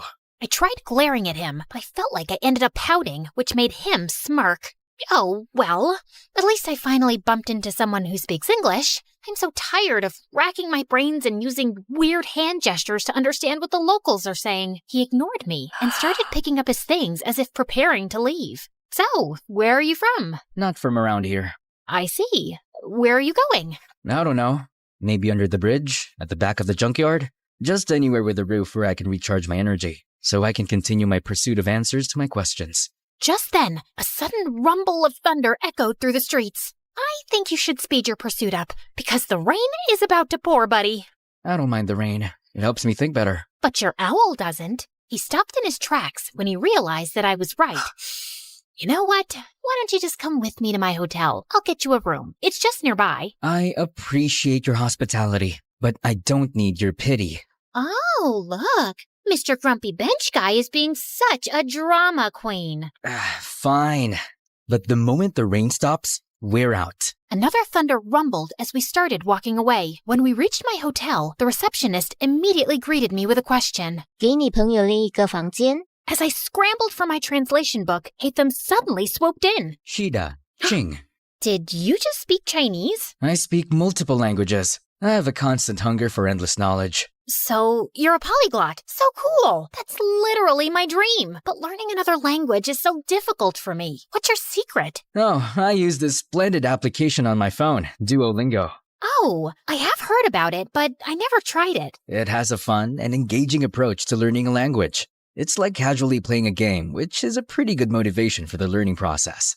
Okay, that sold me. I immediately downloaded the app and was greeted by a cute green owl named Duo, who looked very familiar. I turned to his pet, who was sitting on his shoulder. Whoa, Duo looks exactly like your owl. They have the same name too. Just a little warning. Duo's nice and helpful, but he can be a little persistent sometimes. But it's also for your own good. Well, he seems to be a cute little guide. I went straight to my first lesson, and I was already liking it. Shui means water. Shui? Gosh, I am so thirsty. I need some shui. Okay, got it. Okay, so this is my room, and yours will be that one. I was talking to him, but he seemed preoccupied with something over my shoulder. I turned around and realized that he was looking at my collection of postcards on the wall. To my surprise, he suddenly barged inside. Where did you get these photographs? Those are the places that I captured with my precious camera, and these right here are my goal destinations. They're beautiful, aren't they? He looked so ecstatic as he gawked at one of the pictures, like it was the most delicious meal he had ever seen. Where is this place? That's my next destination, the Tianzi Mountain. It's one of the reasons why I visited this country. Take me with you. Consider yourself lucky, my friend, because I'm going there tomorrow. I always preferred traveling alone, but maybe it was time for me to try it with a travel buddy this time, at least for a day, and just for fun. The next day, we traveled to the mountains, and when we got there, Hatham's calm demeanor instantly changed to ecstatic. The stone forest. An image of a familiar place seemed to have flashed right before his eyes. The stone, what now? He ignored me and started navigating the place, running around like he owned it. Dude, wait up! We rode a cable car, crossed a river, and jumped from one stone to another, and after an hour, I felt like collapsing. Slow down, Spider-Man. I'm not a marathon runner with endless stamina, you know. Jeez. When I finally caught up, I found him standing in front of a mysterious and ancient-looking monument. He fiddled with a rock against it, but nothing happened, and he looked super frustrated. Hello? I would really appreciate it if you would tell me what's going on. What is that thing? And what are you trying to do with it? This is a totem, and I need an electroelement to activate it. What do you mean, electroelement? Electroelement. Something, anything that produces lightning. Oh, you mean electricity? Huh? Lucky for you, I've got something here. What is that? You don't know what a taser is? It's my go-to for self-defense. Zaps people with electricity or whatever you call it. Interesting. He immediately took it from me and tried it on the totem. After a few sparks, it suddenly got triggered and a glowing symbol appeared on top of it. Holy cheeky bananas! Is that a hologram or something? He found 2 more totems, and after doing the same thing to each of them, a strong streak of light came from above, forming a pillar. What in the world is happening? Is this some kind of secret experiment from the government? And what's your deal with all of this? I've been traveling from place to place looking for these runes. Since I'm not from around here, I don't know where to go. I need to activate these beacons in 6 places scattered around the world. With your knowledge and resources, things are going to get easier for me now. But for what? Why are you doing all of this out-of-this-world stuff? We need to go. Dude, you didn't answer my question. Sometimes, the journey to find answers is more important than the answers themselves. Whatever you say, Plato. After activating the first beacon, we embarked on a thrilling and action-packed adventure of a lifetime. After Tianzi Mountain, we rushed straight to Huanglong River, which Hatham kept calling Luhua Pool Liu. There, we had to light up some fire totems. There were 5 of them, but according to him, only 3 needed to be activated. Of course, those 3 we needed were surrounded by water. Great, right? Hatham was all business, using his fancy tricks to get those waterlogged totems blazing, while I just snapped pictures of these outrageous moments. Our next stop was the breathtaking Matterhorn in Switzerland, aka Dragonspine, according to my travel buddy, where we faced a puzzle with circular platforms and wall signs. The place was so cold that I had to huddle by fire torches just to keep myself from turning into a popsicle. I let Mr. Mysterious Smarty Pants solve the puzzle by himself, while I continued my Duolingo sessions. You know I can't miss those streaks. With each beacon we activated, I felt a a mixture of excitement and curiosity. What was this leading to? And why did it feel like the world had turned into one big adventurous playground? During our flight to our next destination, I found myself fully immersed in my new favorite app, Xin Chao Ten Toila Elira. You could take a break sometimes, you know? I need to learn the basics, at least for now, and I like how Duo keeps reminding me with his cute little expressions. When we finally reached Vietnam, I decided to try out what I learned by asking the locals about the directions. Xin lỗi, bang có thể trong tôi doang. The woman stared at me as if she was solving the most difficult math puzzle. Có thể... Xin lỗi, no ngàn con đích chỗ, chúng tôi viết đông viết vinh, ha lòng đục trong.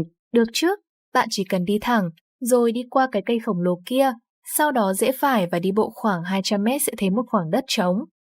Okay, I guess it was too early for me to attempt a conversation. After learning the direction, Hatham continued walking towards the bay. Ugh, why is this guy so good at everything? You still have a long way to go, Elira. I literally just started. Just wait and see. I'll be leading the leaderboard with an unbeatable streak in no time. I commend your determination.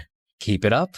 Soon enough, we were greeted by the beautiful emerald waters and towering limestone islands of Halong Bay, or as Hatham called it, the Golden Apple Archipelago. While I was snapping pictures left and right, Hatham got to work immediately. He solved a music rock puzzle thing, and after activating the place, we toured around the city and enjoyed their local food. I even tried conversing with the locals with the help of my brilliant travel buddy. It got me even more determined to learn more. So during our flight to Scotland, I got really busy with leveling up and earning rewards. I never knew that learning could be this fun. Learning could also be done in silence. Sorry. And soon, we finally reached our next destination, the Isle of Skye in Scotland, or as Hatham called it, the Star Snatch Cliff, Mondstadt. After walking around, we came across a green fan-like object. I watched in amazement as he applied some wind pressure to activate it, unleashing a powerful upward current. Whoa, that's so dope. So, what's next? Time to fly.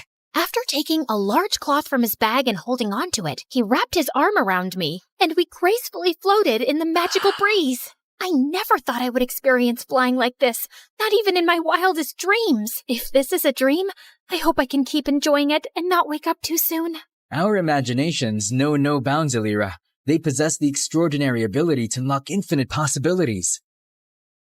We then found 2 more fans along the way before we finally activated the totem at the top of the cliff and summoned the pillar. I stood there for a while and looked ahead at the seemingly endless horizon, thinking about how Hatham sees this beautiful world in his own vision. Finally, we were down to the last one, Deshra Desert Sumeru, or as we call it, the Great Pyramids of Egypt, my favorite. Hatham looked so nervous and excited while I was taking some pictures of the legendary structures. After hours of touring around, I followed him as we headed to the group of old, weathered columns. So, how do we solve this one? We need to hit the larger columns until you match them with a corresponding symbol on the smaller columns beside them. Match all 3 big ones to the smaller ones to summon the last pillar. Aye, aye, Captain. I grabbed a tree branch lying nearby and used it to help him hit the columns until we finally summoned the last pillar. All the pillars scattered across the world that we activated should be glowing now too. I dropped my jaw in amazement when their fusion created a swirling, glowing vortex or something. Is that a freaking portal? Yes, it's a portal back to my world, Elira. To your world? So there's indeed another world out there? Before he could answer me, the earth beneath us mildly shook, and a horrifying creature suddenly appeared right in front of us. Holy crunchy potatoes! Is that a transformer? Did Hatham summon that machine from their world? What if he was actually a bad guy who was set to ruin our world? Oh my gosh, what have I done? I wasn't ready to say goodbye to our beautiful Earth just yet. I have yet to discover the other wonders of... My paranoid voice trailed off when I realized that Hatham was gone. Just then, I felt a strong, glowing presence behind me. I slowly turned around and saw him and Duo transforming into something with dust particles and glowing green projections dancing around them. Everything then cleared away, revealing a strikingly handsome video game character and his adorable sidekick. Hatham, is that you? This is my true form, Elira. And my real name is Zal Hatham, a scholar from Sumeru and our academia scribe. That machine in front of you is a primal construct, only found around the desert area of Sumeru. This machine enemy is often found guarding the temples and ruins, and I need to defeat it. So it's like the final boss in the game, and you're the brave hero. I suddenly felt bad for suspecting him as a bad guy. As the primal construct started charging toward them, 3 ethereal green mirrors popped in and hovered around Hatham, radiating a brilliant emerald light that almost blinded me. He then started fighting the monster, moving with grace and precision, consistently blending freestyle moves and rotational attacks with his sword and abilities. Watching them fight was mesmerizing, as if I had been transported into an epic video game. He unleashed a barrage of reflective attacks, boomerangs slicing through the air, slashes carving through steel. Each hit dealt a lot of serious physical damage. Soon enough, the terrifying machine was finally defeated. Dude, you were so cool! How did you do that? I don't need to fight. I only need to think. Everything else is connected. All I have to do is find the weakest link, deal with the causal factors, and everything else tends to resolve itself. Okay. Enough with your deep philosophical words, dude, and maybe start explaining everything to me properly. You know, I've been following you around like a dumb little kitten and catching up with your stamina. As a gratitude for helping me, you deserve to know the truth. My friend Kaveh and I were trying to open a domain, but something went wrong. It started malfunctioning. The rule is to hit these columns using a physical attack and never use any elemental attack. Kaveh didn't know this, so he used his elemental skill because he thought it was more efficient. It made a different reaction to the process, and instead of opening a domain, it opened a portal that connected to the human world. And before I knew it, it started sucking my friend. I tried to save him, but I was the one who got pulled inside instead. I got teleported here, which was a very different place, and I have been finding my way back for quite a long time. Thanks to my friend Duo here, who also got accidentally teleported for some reason. He's been my companion since the day I got here, and he's the one who has been helping me learn the different languages of humans. Now that makes sense, and no sense at the same time. I swear, I'm stuck in a fantasy adventure novel. Anyway, I'm glad that you finally made it. I appreciate all your help in this journey of mine, Alira. As much as I wanted to discover more about your interesting world, I need to return. Tevat needs me. Oh, well, traveling won't be the same anymore without you. I'm gonna miss you a little bit, I guess. Just play Genshin Impact, and I'm sure you will enjoy the magical beauty of our world, Tevat. We have 7 nations brimming with natural wonders that you would love to capture. You'll meet a diverse set of people with unique personalities and abilities like me. And together, we will fight exciting enemies. We'll share every adventure in this enchanting realm. I felt a lump in my throat as he extended his hand, but knowing that I would be seeing him again, I shook it with a smile. See you around, Alira. I watched them as they entered the portal, returning to their world. Come here, boy. Bam, bam, eat that monkey butt. All right, Hatham, time for some snacks.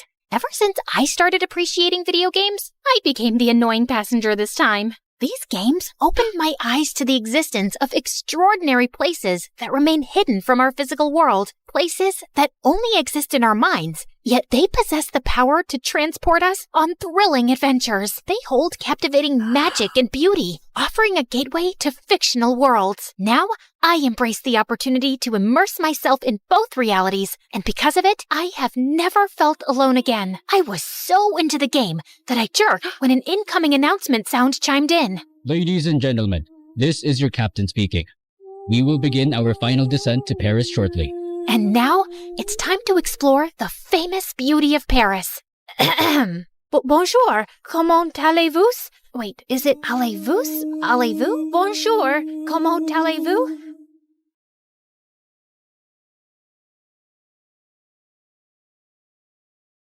You're never here when my tears dry. You're never around to see me thrive. When it's my birthday or my day off, you got other plans and can't show up. Flying to the other side of the world just to try this steak was totally worth it. Medium rare. juicy and tender. Wasn't just a steak. It was a 5-star marriage proposal to my tongue. Her freaking scream makes me want to freaking lose my freaking appetite. Freaking This tastes like my childhood and my 22nd divorce healing at the same time. My life was basically all about food. Eating and tasting dishes, restaurant hopping, food festivals, cooking show marathon. But here's the thing. I have golden taste buds, and they never lie. So the question is, are you joining the club just to roll your eyes at me every 5 minutes? Or do you actually cook?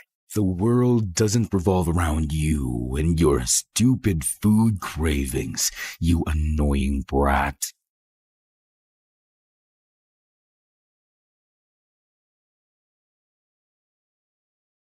The morning bell echoes through the halls. 1,000 voices bouncing off the walls. From the quiet corners of the library floor to the laughter leaking through the classroom door, we're walking hallways where the legends grew. But today the ink is fresh and the story's new. A student stares at a blank white screen while an artist paints the things unseen. The scholar's lamp burns through the night. The athlete runs toward the morning light. A teacher sighs, hoping the spark they lit survives. Finding the light when the halls get dark. Oh, welcome to the life that ends you, where the story's changing and the lead is you. So carve your name in the wind, let the legacy breathe. There's a world in the pages that we're starting to weave. Not just a school, but the soul of the story. Turning our scars into stars and our grit into glory.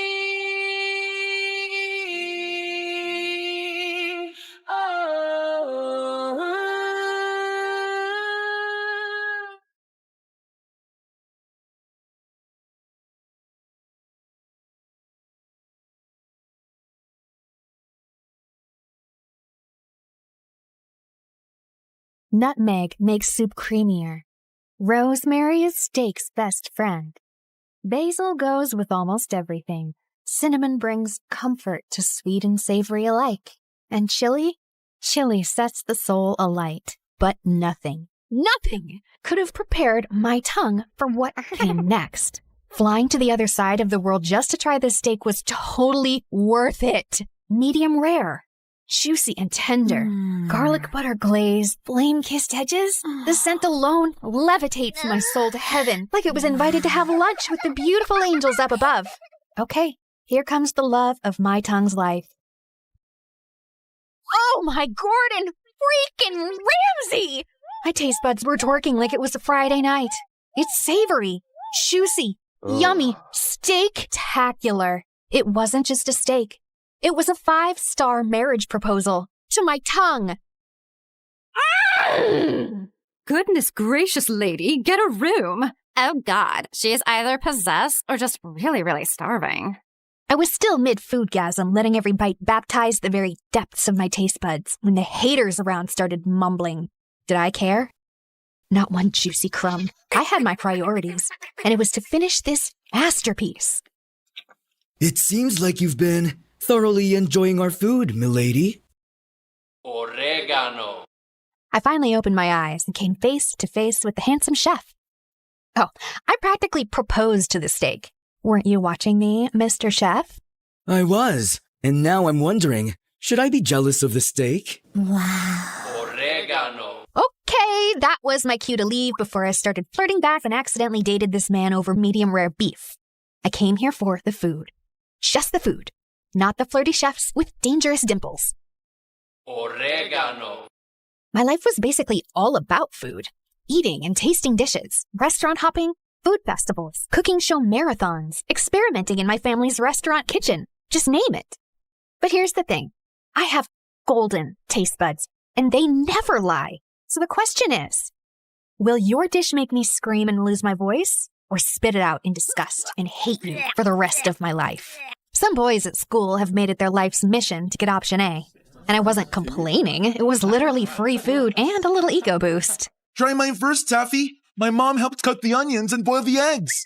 Forget that, peasant. This is from a 5,000-star Michelin restaurant. It cost me 10 kidneys. Mine's completely and personally handmade. Took me a month to make this, but don't worry, it's not rotten yet. My mouth and soul were ready, but my brain was totally overwhelmed. Just then, my bestie Jules swooped in with his imaginary cape fluttering. Excuse me. Take it easy, gentlemen. Form an orderly line if you wish for Queen Taffy to bless your humble dishes with her divine taste buds. If your food makes her moan louder than a K-drama kiss scene, congrats! You win a date after class, but only for 60 minutes. No extensions, no exceptions.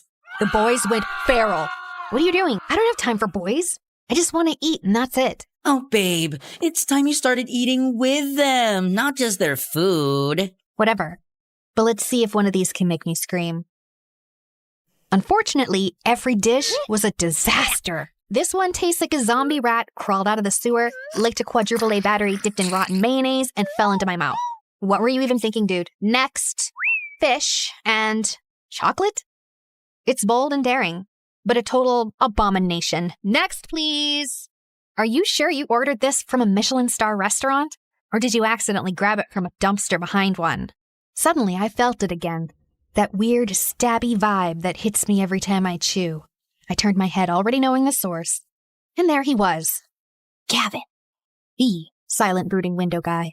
I always caught him glaring at me as if I just ate his pet goldfish. Maybe the bowl, too. And whenever I confronted him about it, he'd just roll his eyes at me. Like, seriously, did I eat his precious lunch in a past life or what?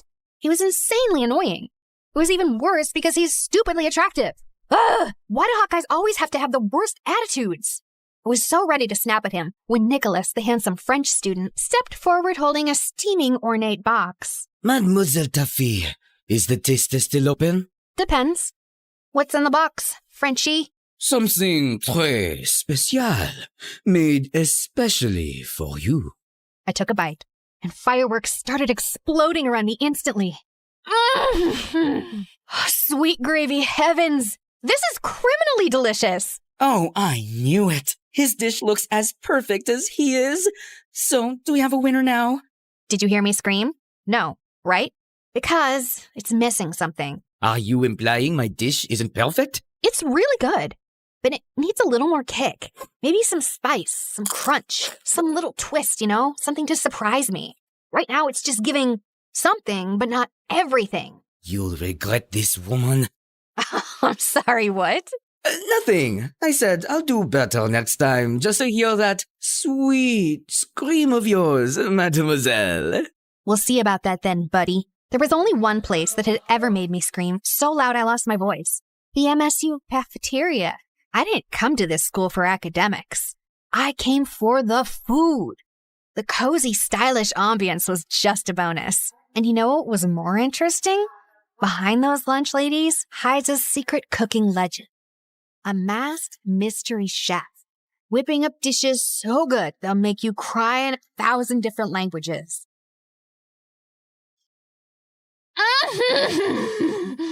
The texture, the crunch, the glaze, the magic. There she freaking goes again.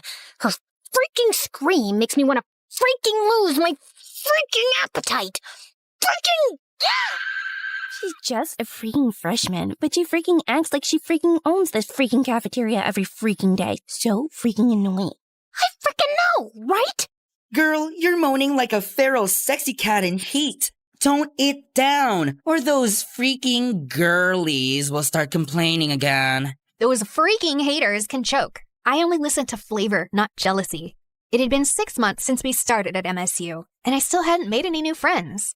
Just Jules, my ride or die since diapers, now slaying here in MSU on a fashion scholarship like he owned the runway. And that's exactly why you don't have friends. You treat food like it's your boyfriend. So what? I've got you. Oh, wait. Are you getting tired of me? Tired? Never, babe. But let's say I get kidnapped by a cute guy in Milan. What's gonna happen to you then? Are you sure he's the one who'll kidnap you, or is it the other way around? Excuse me, Miss Ma'am. That's a bit rude. Just then my phone buzzed. It was from my older sister Tanya, and my heart leapt when I saw the word emergency. I zoomed out of the school and headed straight to our family restaurant without wasting a second. What's going on?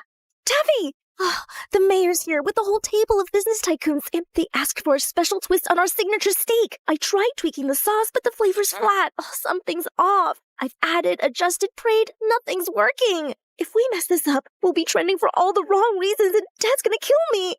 Breathe, okay? Let me see. Too much soy, not enough soul. All right, everyone, I got this. I swung the spice rack open and started working my magic. 2 pinches of smoked paprika, 1 drizzle of honey, a splash of aged balsamic vinegar for depth, a whisper of garlic, not chopped, grated, 2 drops of lemon juice for a little spark, and a dash of espresso powder. Now, try it. Tanya took a bite. Her eyes went as wide as the earth itself. Oh, quickly clapped a hand over her mouth before she could scream and alarm the entire restaurant. Now go serve that magic to your VVIPs. Oh, you're a lifesaver, sissy, as always. I assisted her as she served it herself to the VIP table. The mayor took 1 bite and started crying. This tastes like my childhood and my 22nd divorce healing at the same time. I need a moment. This steak just forgave me for all of my sins. Your food is divine. You should expand this place. Branch out, and you'll have my full support. That sounds tempting, sir. Thank you. But we actually prefer to stay small, family style. Our restaurant had been around since the 1900s. No branches, no fusion. Because for us, it was never about the money. It was about legacy. And okay, maybe we were also deathly afraid someone would steal my great-great-great-great-great-great-grandma's top secret recipe for our signature dishes. I felt like a hero today. So I threw myself a mini feast in my bedroom as soon as I got home. Half an hour later, Jules barged in and was immediately intrigued by all the food around me. Salty. Sweet. Cheesy. Ooh, spicy. You're clearly riding a flavor high. Did you fall in love? Wait, no. Not enough sugar. You're just really happy. Like, I just saved the whole world moment kinda happy. My mood was always connected to the food I ate, and Jules had basically mastered the art of reading me like a menu. I just saved the restaurant from going down in flames and made the mayor cry. The mayor himself? Oh my god, that sounds so dramatic and I love it! Now pass me those fries and start spilling me the deets. Jules listened to my story with sparkly eyes and the biggest proud smile on his face. Your restaurant's gonna be in amazing hands once you take over someday. You know that, right? You really think so? Taffy, please. That's not even a question. Now get up. You're trying on my new designs tonight. I was basically his personal doll at this point. We spent the rest of the night turning my room into a mini runway, me twirling around in his freshly sewn outfits, and I was loving it. While I was walking down the hallway, a girl suddenly bumped into me, and a pile of books crashed to the floor. Oh my god, I'm so sorry. No, it's totally on me. I wasn't looking. I remembered her during the freshman orientation because she had this pretty, innocent face. I crouched down to help her and noticed every single book was a cookbook or a recipe guide. You're into food too? Kinda. I mean, yeah, I guess. Just prepping for something. Prepping for what? Oh, the cooking club. They're reopening the culinary society for freshmen, and they're choosing 10 new members. The announcement's tomorrow at the auditorium. Finally! A club that was made for me! No way! Girl, you just made my day! I'm Taffy, by the way. You are? Jillian. Well, see you around then. Future club mate? Oh, I don't know. I'm not sure I'll make it in. The hesitation in her eyes caught my attention. I wanted to ask more, but before I could, someone called out her name and she hurried off. And just like that, my curiosity was hooked. So I immediately told Jules about it. Congrats on finally making a new friend. Please, I think she's way too shy for my energy. But guess what? I'm joining that club. You in a cooking club? Babe, it's about cooking food, not just inhaling and eating it. You're way too lazy for that. But I have a golden tongue. Of course I can cook too. Last time you actually tried to do it yourself, I almost died. I just accidentally grabbed the salt instead of the sugar. It was baking powder. Okay, whatever. This time I'm serious. The Culinary Society could help me hone my skills. Plus, it's great prep for restaurant management. Or you just want to try everyone else's dishes. That too. The auditorium buzzed with freshman students the next day, all cramming in for the big announcement. I scanned the room and spotted Jillian in the corner, nervously biting her nails like they were snacks. I slid into the seat beside her. She looked so relieved it was kind of cute. Hey, you're here. Of course. Was that Gavin? What was he doing here? Don't tell me. He also cooks? Broody boy has kitchen skills? My curious thoughts were cut off as the president of the Culinary Society finally stepped up to the mic and started the announcement. Welcome, aspiring chefs. The Culinary Society is now officially open. This program aims to discover hidden culinary talent. Those who pass the initiation will receive a sponsorship. It's all about the guidance, support, and even funding to grow your skills. The club's goal is simple. It's to discover you. With the right sponsor, your talent can be developed and taken further. I then felt Jillian trembling beside me. I really need to get in, no matter what. Hey, we're gonna make it, both of us. No plan B, no backing out, got it? I smiled as she gave me a tiny nod. The initiation will last 3 days, and the judges will be the senior members of the club. Just then the student council president stepped forward. This guy looked like he had walked straight out of a rule book. Dead serious and probably hasn't smiled once since birth. Tomorrow's challenge is a written exam, so study hard.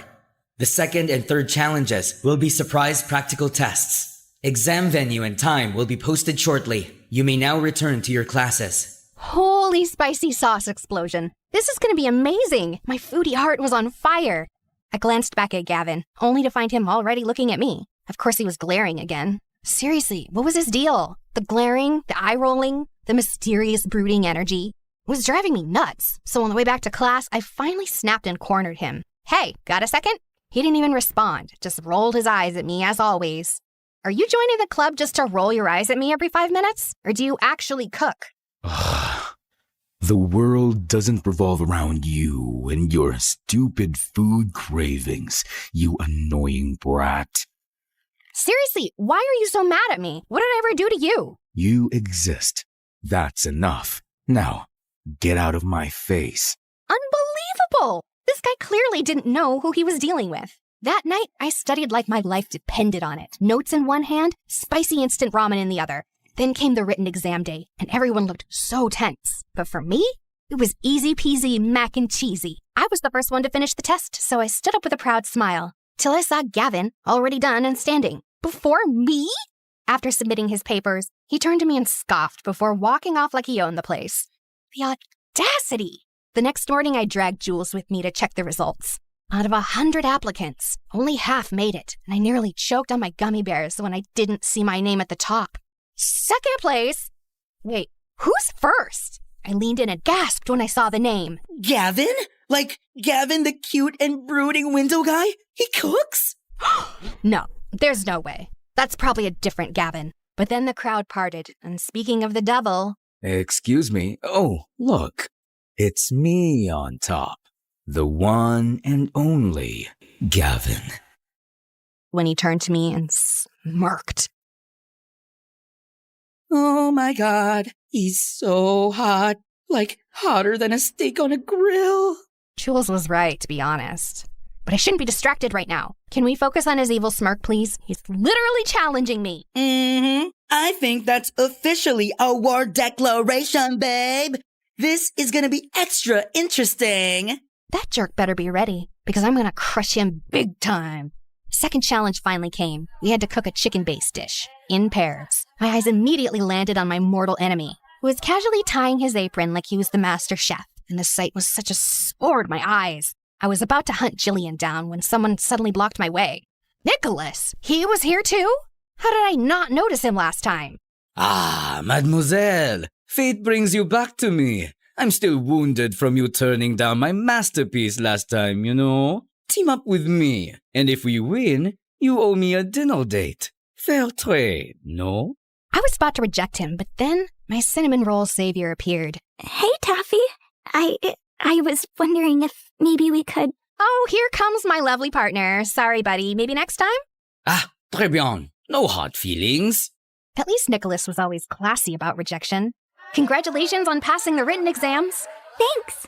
I had been preparing for that way before I got here at MSU. Oh, you're really into this, huh? All right, girl, let's do this. You cook, I supervise. We're not doing it together? Of course we are. I'll be guiding you. So, what are we making?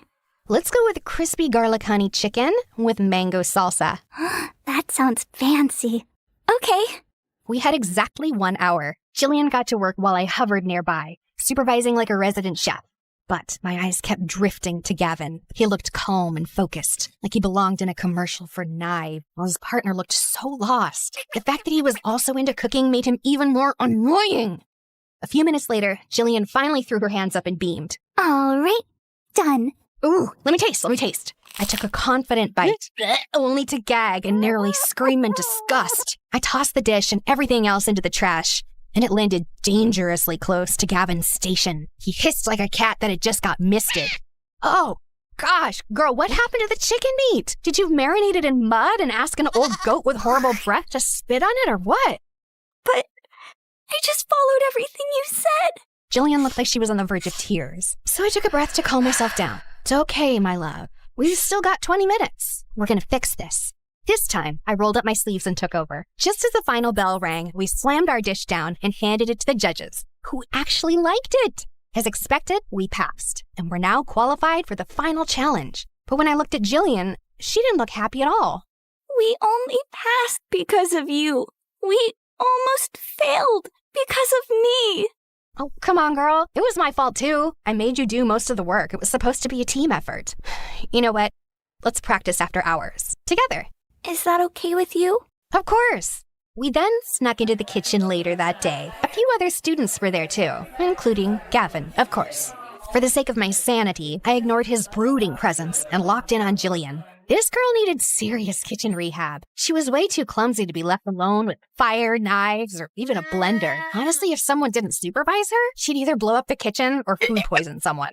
Or both. She tried dish after dish, and I sacrificed my precious tongue for each one.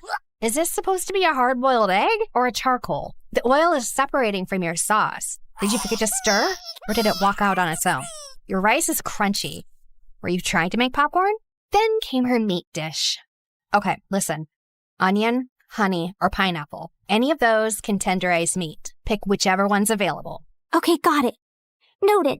Soon we had a mountain of failed dishes in the trash. While we were about to try one last dish, Gavin suddenly stormed over, looking like an offended bull. You wasted all of this? For what? For your stupid little practice? Huh? Why are you acting like you bought all of this? Are you the official supplier of this school now? Thank God I'm not. Look, I'm just helping an aspiring chef chase her dreams. Failures happen. It's called trial and error. Look it up. He rolled his eyes, so I rolled mine harder. What is your problem with me anyway? Just because you're attractive doesn't mean you get a pass for being a total jerk. And I don't care if you're attractive either. I just hate arrogant food snobs who love to waste food. You don't deserve a spot in the club. Before I could finally explode, Jillian slid in. Wait, did I just hear you both call each other attractive? Why don't you just date each other instead of arguing every 5 seconds? You must be having some auditory hallucinations. I'd rather hug a giant, rotten cactus than date this brat. He really hated me that much, huh? I hoped I'd never see his stupid smug face ever again. Unfortunately, we were in the same class. And worse, we still had one final challenge in the club initiation left. The announcement came sooner than expected, and the venue was deep in the woods. As soon as we got there, all our phones and stuff were confiscated. Goodbye, Wi-Fi. Goodbye, sanity. There were only about 15 of us left, and that included Nicholas, who wouldn't stop staring at me like I owed him money. Lovely to see you here, mademoiselle. If we both make it in, you owe me a date, remember? Since when did I agree to that? Since the day you insulted my masterpiece. But I gave constructive criticism. Of course. That's why I've made it my life mission to make you cry. The next time you taste my dish. Okay, but why did that sound like a low-key threat? Our conversation got totally cut off when the club president finally stepped up for the announcement. Your final test will challenge your creativity, resourcefulness, and pure culinary courage. So here are the rules. You're not allowed to help each other. You can't bring anything from home. And we're not giving you anything either. You can only use whatever you find in the woods. Ugh, this is going to be harder than I thought. I didn't even know how to start a fire, or cut stuff without a knife, or build a stove out of sticks. I was meant to taste food, not cook in the wilderness. My brain wasn't braining for this. Prepare your dish by 7 p.m. in the assembly hall, and your fate will depend on a surprise judge. Good luck. A surprise judge? Crazy. I turned to Jillian, who was one chopped onion away from crying, so I gave her a quick pep talk before the challenge officially started. First things first, I had to find something, anything, to chop stuff on. So I kicked a tree stump. It was too moldy. I picked up a flat rock, but it was too spiny. I almost grabbed a squirrel as well, but it was too alive. Just when I was about to give up, I spotted it. A big, flat piece of bark lying under a tree. You're my chopping board now.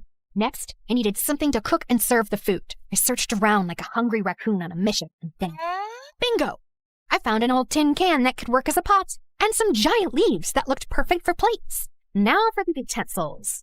It took me several minutes to find a rock knife, a stick spatula, and a shell spoon. Finally, the ingredients. Good thing I knew a bunch of wild plants thanks to my grandma and her obsession with tea. Let's get those herbs and spices, baby. I continued walking around until I reached the riverbank. I leaned down to grab a lead, then my foot slipped on some mud.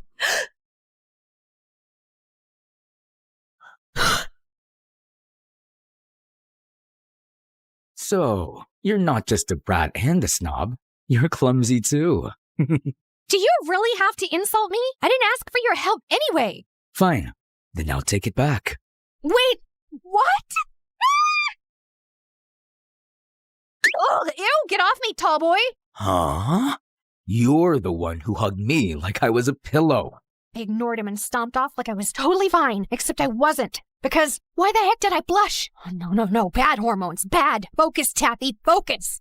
Half an hour later, I'd gathered enough herbs to open a mini forest restaurant. Now it was time for the protein. But the problem was, I can't fish and hunt. I can't even catch something still. So I did what any desperate girl would do. Target acquired. Eggs. Sorry, Bird Mom. Finally, it was time to build a fire. Tried. I really tried. But at this point, I was basically just bullying those sticks. Just then, I heard some chopping noises nearby. I walked closer to take a peek and realized that it was Gavin. What? Shirtless!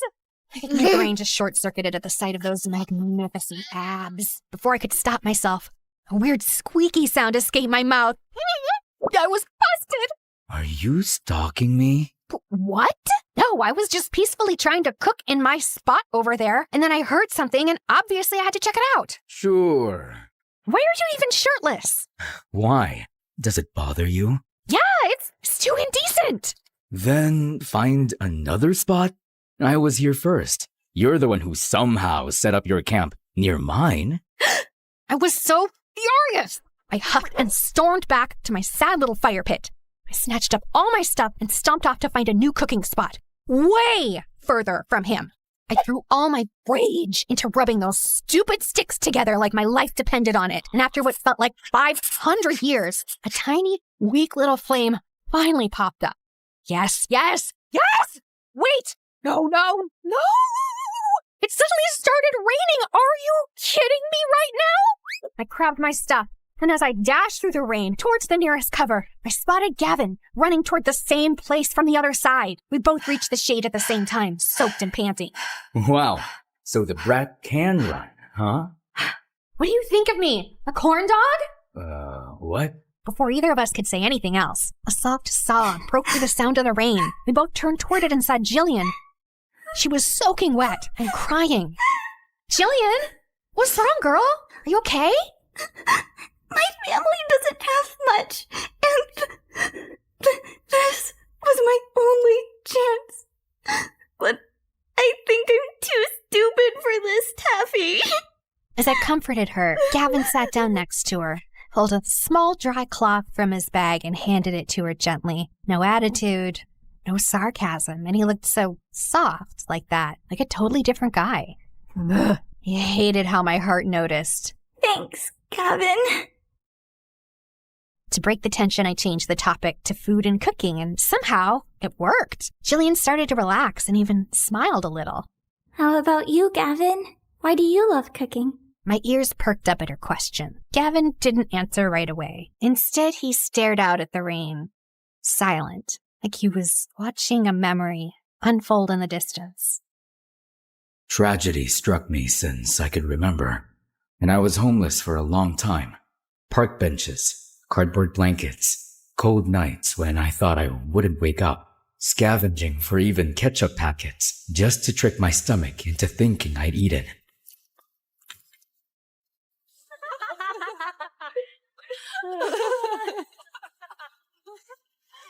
One night, I saw this couple fighting outside a fancy restaurant. They were screaming, throwing words and insults, and then the guy just tossed their untouched takeout into the trash like it meant nothing. I hadn't eaten in days. I was dizzy, shaking.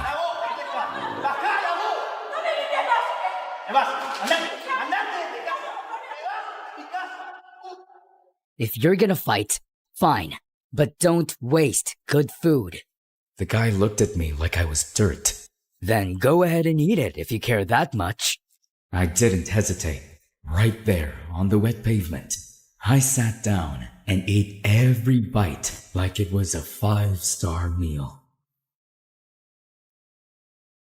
I remember whispering, "They're fools. They don't even know what heaven tastes like."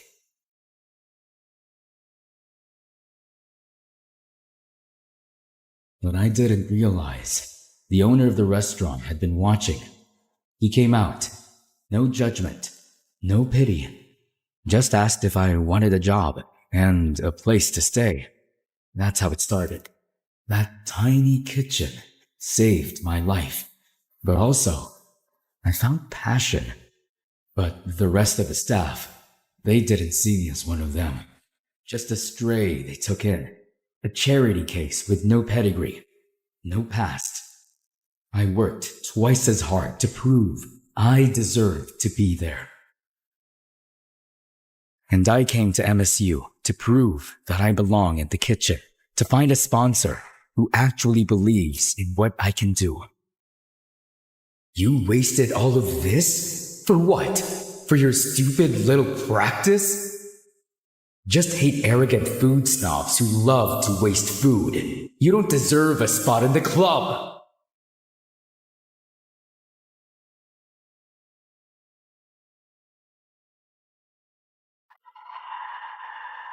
I gasped as my eyes flew open. I almost screamed when I realized that I had actually fallen asleep on Gavin's shoulder. Oh, and to make it worse, I drooled on his shirt. Oh my gosh, I'm so sorry. Relax, it's just drool. Unless you care about what I think. Duh, no, absolutely not. Just then I realized it was getting dark already. Oh my gosh, what time is it? I haven't even started cooking. And where's Jillian? Chill. We've still got an hour and a half before 7. And Jillian's over there. She already got started. Apparently, she had already built her own campfire and was cooking over it like a master chef. Gavin and I then rushed back to our spots, and this time it was extra serious. I no longer just wanted to pass the test. I wanted to make something real. After finishing my dish, I rushed back to the assembly hall. Everyone was already there and their dishes looked so yummy. The whole room smelled like a 5-star buffet. Just then I noticed that Jillian wasn't here yet. I glanced at Gavin and he looked worried too. Come on, girl, where are you? Soon there were only 5 minutes left and panic started creeping in. Just when I was about to bolt out the door to look for her, she finally appeared, holding a steaming plate with the most unique-looking fish dish I'd ever seen. What took you so long? You got me so worried. Sorry. I just wanted to make sure everything was perfect. Before I could respond, the lights dimmed, and the club president stepped up to the stage. And now, for your final judge, a true master of flavor, the one, the only.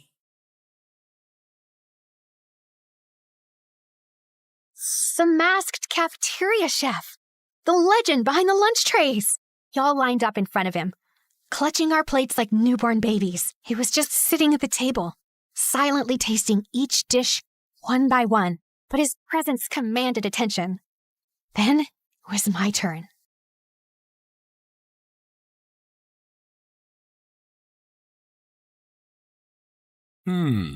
Interesting. Most people played safe with eggs, but you took a risk. The texture's playful, the flavor's daring, and the sauce, it's bold, defiant, and unforgettable. Just like you. I nearly passed out from happiness, or hunger, or his dangerously calm voice. Then came Jillian's turn. There was a long pause before he finally spoke. This is not perfect, but passionate. I like it. Oh, Jillian was finally able to breathe. The judging ended. Then came the moment we'd all been sweating for. The announcement of the top 10. The official new members of the Culinary Society. As expected, Gavin and I made the list. My name flashed on the screen and I nearly screamed. Then, the final spot. Jillian was trembling as she gripped my hand. We all held our breath. And the last spot goes to Jillian. She instantly burst into tears. As we celebrated, I noticed someone storming out of the venue looking furious. Nicholas! Wait, he didn't make it? That actually surprised me. As the winners celebrated, Gavin then strolled over to us, holding his plate like a trophy. Well, well. Looks like we all made it. Want to try my dish? Taffy, you have to try this. Careful. She might scream loud enough to summon the forest spirits. Oh, please. My golden tongue has standards. Oh, I know. That's why I strategically kept my masterpieces far away from you. Strategically? Yes. I knew the moment you tasted my food, you'd scream your lungs out and fall hopelessly in love. I'm gonna throw this plate at your face. But not before you taste it. Fine. One bite. I took a bite and instantly exploded. Oh my freaking goodness! This is... In the middle of my foodgasm, I saw him smirking, so I immediately stopped myself from praising his dish. I knew it. One bite and there goes your dignity. Shut up! He kept teasing me all the way home on the bus. But of course I had to stay strong for my pride. I will never admit it, ever. Unfortunately, I couldn't stop thinking about him and his cooking skills that night, so I stuffed my face with sugar to distract myself. That was when Jules barged into my room. Girl, why are you blushing and inhaling candy like you just caught feelings? Are you in love or something? I'm not blushing, and no, I'm not in love. Got it, miss. Totally not in love. Anyway, why is your voice all scratchy? He was never finding out my voice died because of Gavin's food. He'd never let me live it down. It's the rain. My vocal cords got water damage. Sure. The next day at school, my voice was completely gone. Jules wouldn't let it go. Are you sure it was because of the rain and not because of screaming over a certain someone's cooking? I glared at him in silence. Just then, because the universe hates me, Gavin walked by looking extra smug, like his ego had its own stupid fan club. Oh no, please. Not now. Don't say it. Don't. Lost your voice, huh? Told you my dish was too good. Jules nearly choked from laughing. Since then, things just got weird. Gavin and I started getting closer. Before, he used to glare at me all the time. But now, that glare was replaced with a stupid little grin that made my brain malfunction every time. Like that time in the hallway when I opened my locker and a sticky note fell out. Try not to scream over my food next time. Gee. I looked around, and of course, there he was, leaning against the wall with that grin. Ugh, so annoying. During lunch, he started joining us at our table, like he was officially part of our squad. Relax. I'm here for the food, not you. And worse, Jules literally saved him a seat every freaking day. Aww, why do you always walk in like it's a K-drama entrance? My heart can't take this. Nowadays, I just find myself finishing all my food. Clean plate and no crumbs, even if the dish wasn't perfect. And of course, he had a comment about it. The trash bin must be lonely without all the food you used to waste. Seriously, who kidnapped old you? People change, duh. And I didn't do it because of you. Mm-hmm. Sure you didn't. Can you two stop? I'm getting secondhand butterflies. Shut up. And because of him, the kitchen feels weird now. Am I too conscious of Gavin? He's still him, the broody, annoyingly talented chef in the making. Lately, he's been working way too close to my station, offering help I didn't ask for, smirking whenever I refuse like he's deliberately trying to make me skittish. Ugh. Your knife grip's a little stiff. Don't sneak up on people! Holy broccoli, why is he standing too close? I wasn't sneaking, just helping. I turned back to the cutting board, trying not to imagine how good his voice sounded that close. Tappy, focus, knife, chop, chop, scallions, not his stupid smirk. You really don't have to hover. I'm not gonna murder the soup. I wasn't worried about the soup. My heart skipped. What was that supposed to mean? Geez, are you just gonna stand there and silently judge me all afternoon? Just observing. You're interesting when you're flustered. What? What? I'm not flustered. Ugh!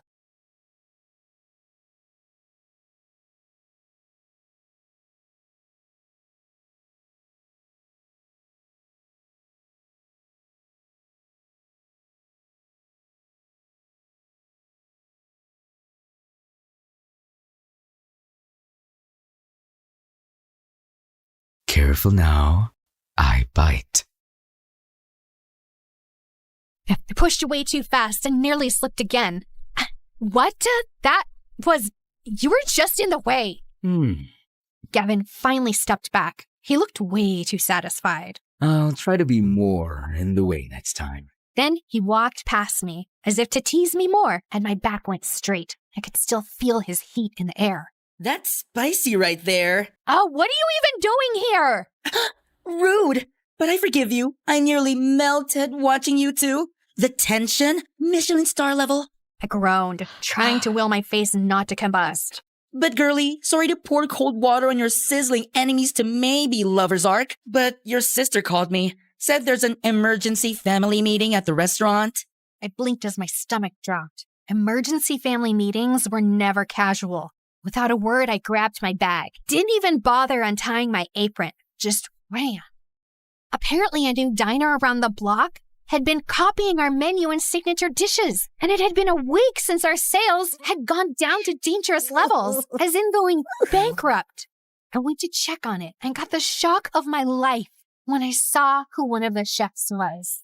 Nicholas! Ah, pleasure to see you here, mademoiselle. Our family decided to branch out and try a new location. This spot is perfect. Is it no? Everything on your menu is exactly like ours. This is illegal. You copied ours. If we copied yours, then why do most people flock to ours and keep saying that ours is more delicious and better? His weird behavior ever since I rejected him suddenly made sense now. Is this what you meant by wanting to see me cry? That's what you get for insulting my masterpiece. Now go cry and run back to your little kitchen. The audacity! Keep it. That old recipe is all yours. I can just let my expertise do its magic and make something so good it'll make yours taste like reheated kitchen scraps. And when the tears come, make sure they don't water down your salty little ego. I then marched out of his stupid restaurant without looking back. I went back to our restaurant and saw Tanya and the rest of the staff reviewing the security footage. We all then froze when we realized that a shady-looking guy had been snapping photos of our restaurant from every angle for several days. And if that wasn't bad enough, he even disguised himself as one of our staff. They didn't just steal ideas. They cloned our entire concept and turned it into a fancier, more Instagrammable version.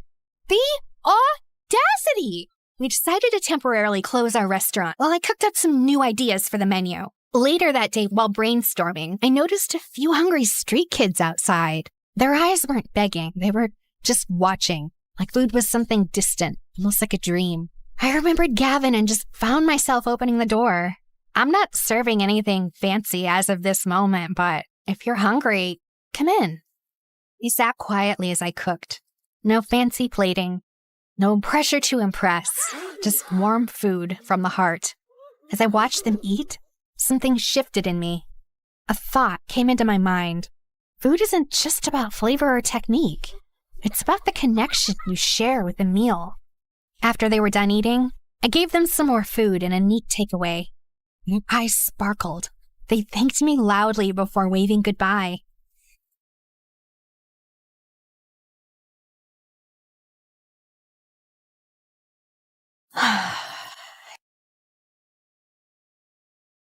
Think about some charity project and look for some volunteers to feed those kids again. Oh my God!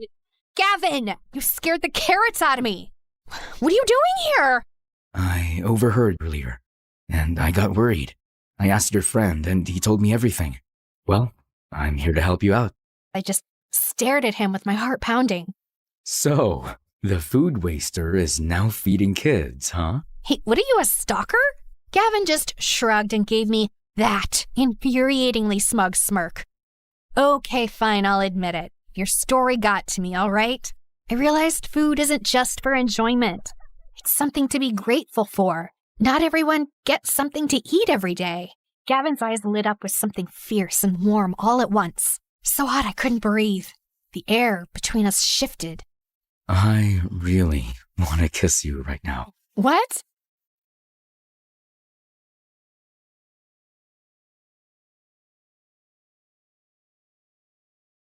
Say no. I clutched his arms, the warmth of his touch sending my heart into a race, and my knees wobbled.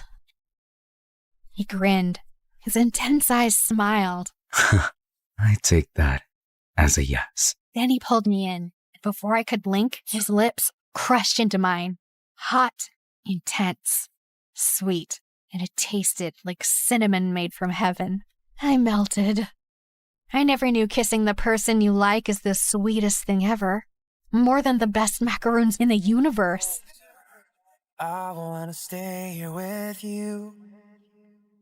All that we have is just I told you, I bite. promise I won't leave your side.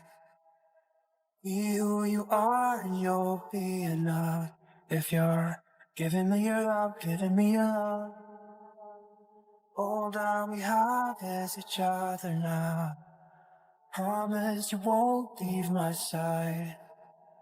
I hope who I am is enough for you. If I'm Maybe it's the kiss. Okay, no, it was definitely the kiss that inspired this new recipe. Sweet, warm, with the right amount of spice. It lingered and was very special. Whoa, you made this look like it belongs in a 5 million star restaurant. Thanks for helping out, Jillian. While we worked on our test dishes, we discovered her secret skill. She was amazing at plating, garnishing, and all the aesthetics. Just don't ask me to actually cook it, like, ever. Girl, you're now officially the queen of food catfishing, and I say that with love. Then Jules popped in while holding up a sketch pad. Okay, if we're leveling up the food, then we're leveling up the fashion. He flipped the sketch pad around, revealing a full lineup of brand new uniforms. Chic, comfy, and grease stain resistant. You're welcome. Oh my God, you made slayable uniforms? I am an aspiring fashion icon, babe. Let me slay in peace. We all laughed. And in that moment, I realized that this wasn't just my comeback. It was ours. And for the cherry on top, we added a tagline for our new and special dish. The dish that can make you scream. It was inspired by someone, and as expected, it was a hit. Customers were literally screaming, and their videos went viral. They kept returning to our restaurant, so we finally decided to add it to the official menu. I used to think food was just about taste and fun. Now, I knew better. Nutmeg makes soup creamier. Rosemary is steak's best friend. Basil goes with almost everything. Cinnamon brings comfort to sweet and savory alike. And chili sets the soul alight. But the most important ingredient of all is love. Love is the secret spice. You won't find it on any shelf, but it lingers in every bite. making each dish as special as it can be. All that we have is each other now. I promise I won't leave your side. Be who you are and you'll be enough. If you're giving me your love, giving me your love. All that we have is each other now. Promise you won't leave my side. Hey, I'm Leah, and I'm so excited that I won the Me Animated giveaway on Instagram. Woohoo! Hi, I'm Alasne from a village in Brazil. Please like and subscribe. My name means miracle, and that's because Mom was totally not expecting to have me. I came into the world 10 years after my older sister Mira, and both she and my mom adored me. Since my dad left soon after I was born, Mom had to do 2 jobs to make ends meet. Growing up, Mira was always in charge of me. She was like my second mom. As a kid, I was quite short for my age, and I always got picked last for gym class. One day in 3rd grade, I'd had an awful day at school, and Mira noticed my face when she came to pick me up. What's wrong, Allie? I suck. I'm gonna be short and sad forever. You don't suck. You can be the greatest person ever, but you have to see the greatness in yourself first. You mean I can even be a short president? Of course, lots of presidents are short, and you're still growing, love. Mira was the most beautiful girl in the village, and whenever we walked on the streets, boys would be falling over themselves to get her attention. But I was always there to save her.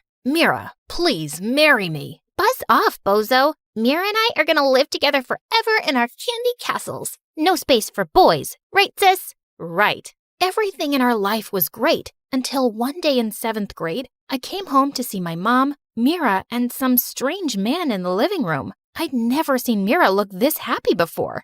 Allie, I'm getting married. Wait, what? My heart stopped as I looked at the man holding her hand. You can't get married. What about me? Plus, that man is quite ugly. That's so rude. Apologize right now. You lied to me, Mira. You said we'd live together forever, and now you're leaving? I can't believe this. I stormed off to my room and wouldn't speak to Mira or Mom. I wouldn't even join in any of the wedding preparations. I knew I was making Mira sad, but I was too heartbroken to care. After the wedding, Mira got ready to leave for the big city, and I watched her from my window. When she got in the car, she turned around to look up at me and blew me a kiss. Suddenly, the car started moving, and I raced downstairs. I couldn't let her leave without hugging her goodbye, but the car turned a corner and disappeared. It was too late, and Mira was really gone. While Mom would be away at work now, I'd be alone at home after school, and I had to find a way to keep myself busy. I started writing, mostly to vent my feelings and miss Mira less, but soon I really began to enjoy it. 2 years went by, and when it was time for high school, Mom gave me some surprising news. She told me that she'd been saving up to send me to a fancy school right outside of the village. But that must be really expensive, Mom. I can manage it, don't worry. You're so smart, Allie, and I want you to have the best. A few days later, I was busy writing when I suddenly looked out the window to see a boy on a horse plucking apples from our tree without even asking. I wasn't letting him get away with this. I grabbed some eggs from the table and ran after him, flinging them straight at his head. Oh my God, are you crazy? What do you think you're doing? The boy jumped off his horse and came towards me, and I noticed that he had the most extraordinary eyes, one green and one blue. How dare you take those apples without our permission? Girl, do you have any idea who I am? You can be the Sultan of Morocco for all I care. I'm from the Carlos family. My parents practically own this village. But you don't own this apple tree, and you don't own my house, so you're stealing and trespassing, sir. The boy stared at me and then smirked. You're a little firecracker, aren't you? And you've got great aim for someone with such short arms. Before I could reply, he dropped the apples and walked off. Ugh, just wanted to punch his face with my tiny fists. But if he was telling the truth, the Carlos family did own the village, and I hoped I hadn't gotten me and Mom into trouble. A day before my new school was starting, I was beginning to feel more nervous than excited. The place would be full of rich kids, and I'd really stick out in my old clothes and shoes. But that evening, a huge package arrived at our door. I opened it, and inside was the most beautiful jacket ever. First days can be hard, but never forget how amazing you are. P.S. I'm sorry I missed Christmas again. Love, Mira. I was so happy I had something lovely to wear. Mira and I rarely talk these days because she hadn't visited once and now had a baby that always kept her busy. But I couldn't be mad at this gift. I walked into the huge school building feeling confident, and my first day was actually going great until I went to the cafeteria. I just sat down at a table when suddenly someone pushed my head straight into my food. Sorry, this table isn't for losers. As the kids around him snickered, I felt angry and speechless. I got up to leave when suddenly a boy appeared, the apple thief. Guys, you mind if I sit here? Of course not. Please, join us. Well then, my friend sits with me. He gently took my arm and led me back to the table. I played along with his act, but as soon as recess was over, I turned to him. You didn't have to do that. I can take care of myself. Oh, I know that. Look, we didn't get off to the best start, and I'd like for us to start over. So, what do you say? Friends? Okay, if you insist. Friends. His name was Julius, and he'd been studying in the city, but he had returned to the village to help his father with the family business. I started hanging out with him and thought he'd be rather spoiled, but he was actually quite sweet. And even though he was new, he was soon one of the most popular guys in school. Everyone wanted to be his friend, and they all shot me weird looks. Everybody loves Julius. You could have your own fan club.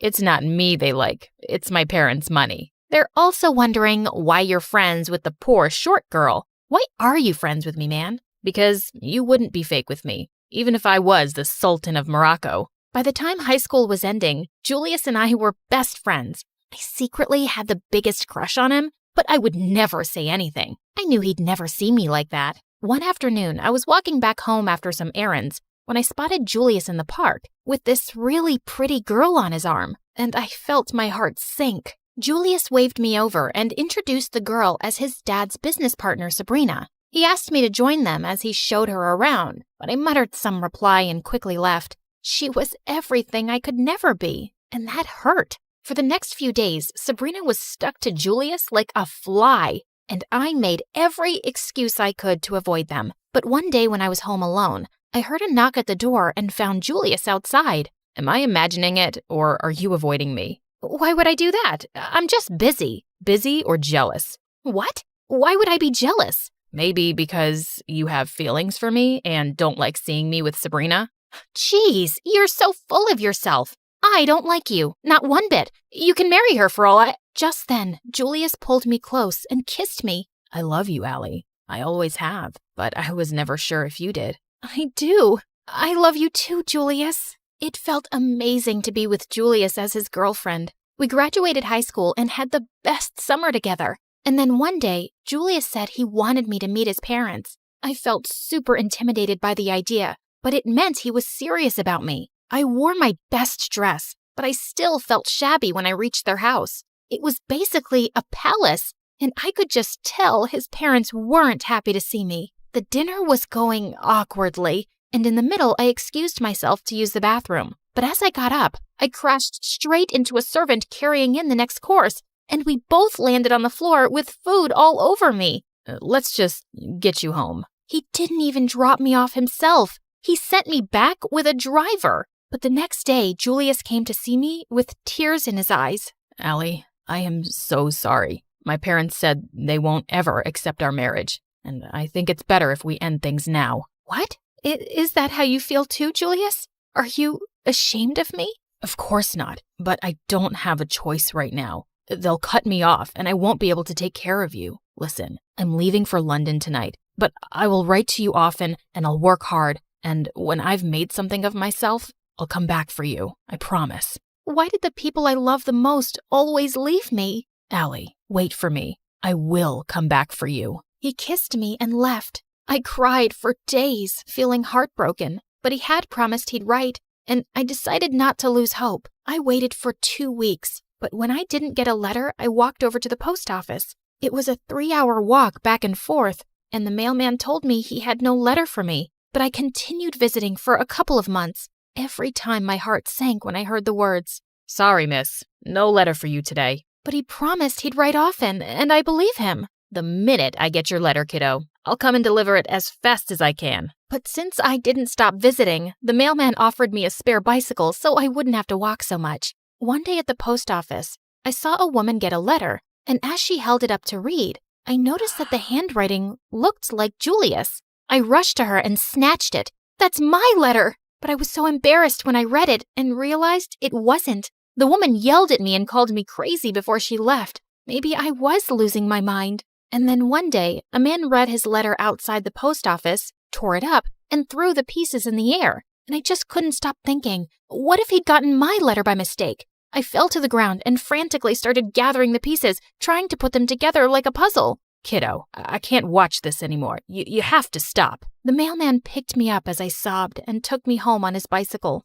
Mom looked really worried to see the state I was in and stayed by my side all night. A few days later, I woke up to find Mira sitting in my room. I jumped up to hug her tight, and she pulled me into her lap as I cried. Allie, I'm here to take you. You cannot continue like this. But what if he writes? Sweetie, it's been a year. It's time to let go. I was too tired to even protest. My bags were already loaded in Mira's car and Mom kissed me goodbye, and I left the village. It took me a while to recover my health, but it cheered me up to be around Mira and my adorable niece Anna. One day as I was playing with her, Mira walked into the room holding my old notebooks. I found these in your stuff, and Allie, these stories are beautiful. You should definitely start writing again. Do it for me. And Anna, at first, I did start writing stories just for my niece. But Mira also started guiding me about writing programs I could apply to. I joined a university close to her, and by the time I graduated, I already had a novel that I soon got a publishing deal for. To my shock, the novel met with huge success instantly, and I became rich. I moved to a small apartment in the city, and I convinced Mom to come live with me. Life was good. And then one day, as I was attending a book signing event, I heard a voice that made my heart stop. Can I have your autograph, please? I looked up into those eyes, one green and one blue. It was Julius. I stared at him in shock, and then I felt a wave of rage. Without a word, I picked up my bag and left the event from the back exit. But he followed me. Allie, wait. Please, just listen to me. How dare you show up just like that? You have no right to speak to me, and I don't want you anywhere near me. Leave me alone, Julius, or I will scream for help. But he blocked my way and took something out of his coat pocket, which he shoved into my hands. These are all my letters, Allie. I wrote to you, just like I promised. You just never got them. I stared at the letters and then started to cry. Julius led me to a bench, and as we sat down, he explained everything. I was devastated when you never replied. I thought you'd decided to forget me and move on. And then my mom told me you'd gotten married and left the village, and I gave up completely. But a few months ago, I finally came back home because my dad died. And Allie, I found all my letters in his closet. Mom confessed that Dad had bribed and threatened the village mailman to make sure my letters never reached you. I couldn't believe that we'd gone through years of heartbreak and anger because of his evil parents. And I had been right to believe in him. I've missed you more than I can ever say.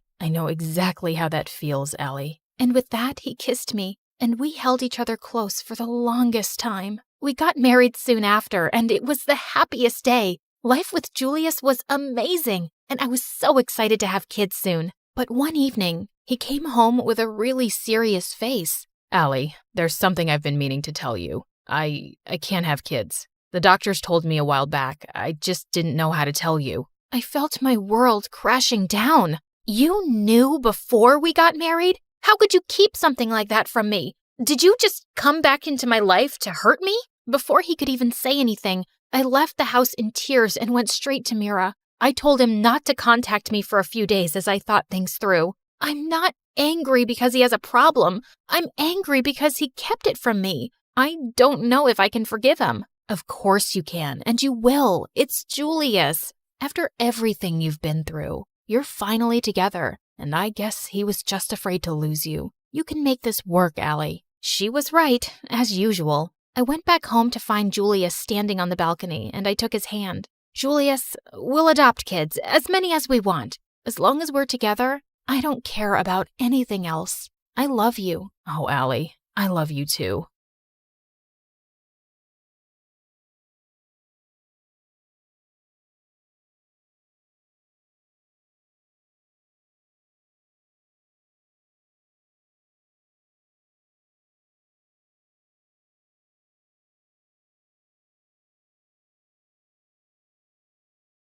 I was just minding my own business in the convenience store when suddenly a hooded guy jumped at the cashier and pulled out a gun. "Give me some cash. All of it. Now." Everyone started to panic, except me. I'd actually been waiting for this moment. "Hey, idiot!" Everyone gasped as the robber turned to me. I then walked up to him while slowly removing my jacket. "It's so hot in here, don't you think?" Back off, sweetheart. I have a gun."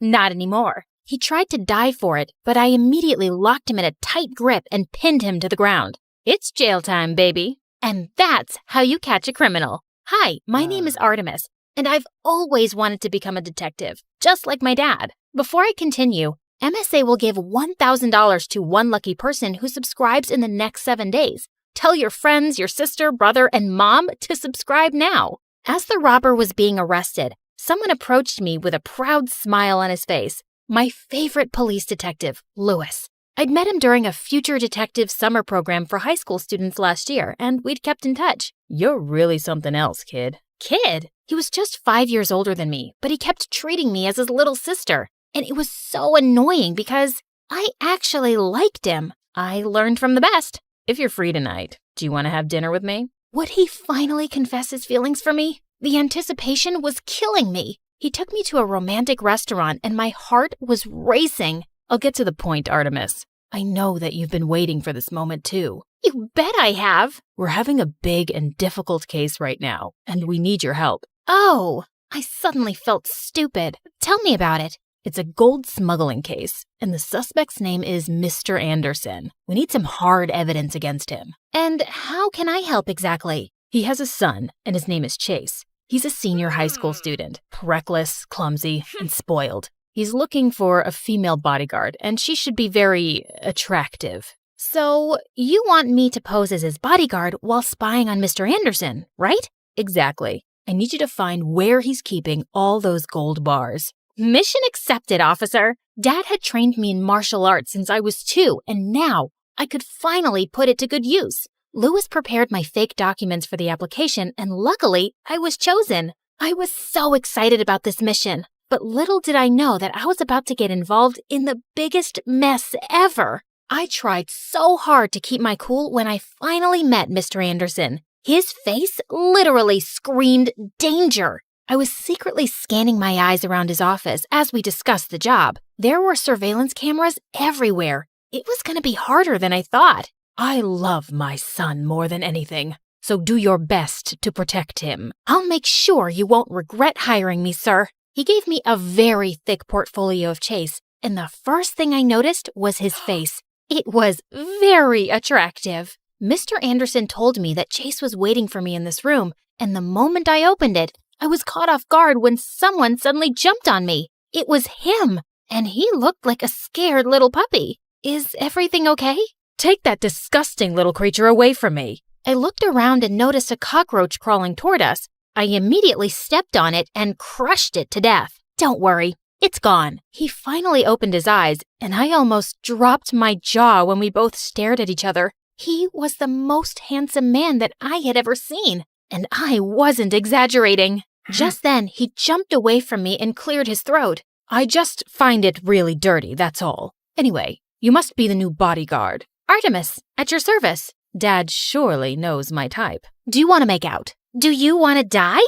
"Playing hard to get. I like that." "I was hired to be your bodyguard, not your girlfriend, sir." "You'll still end up being one, so why waste time?" He was about to touch me, but I gave him a powerful blow that sent him flying to the wall. "Are you crazy? You're being paid to protect me, not kill me." "Sorry, it's just a reflex." "Fix your stupid reflex, or I'll tell Dad to fire you." "Loud and clear, sir. I'll officially start my duty tomorrow. Have a nice night." Later that night, while everyone was sleeping, I tiptoed around the mansion and installed some spy cameras to watch Mr. Anderson's every move. I had to catch him soon and get this job over and done with. The next day at Chase's school, boys immediately flocked around me like I was a celebrity, and Chase didn't look too happy about it. Just then, he started throwing some dollar bills at them. $1,000 for each of you to back off and stop looking at my bodyguard, losers." And with that, they all closed their eyes and ran away like rats in the dark. "Excuse me, sir,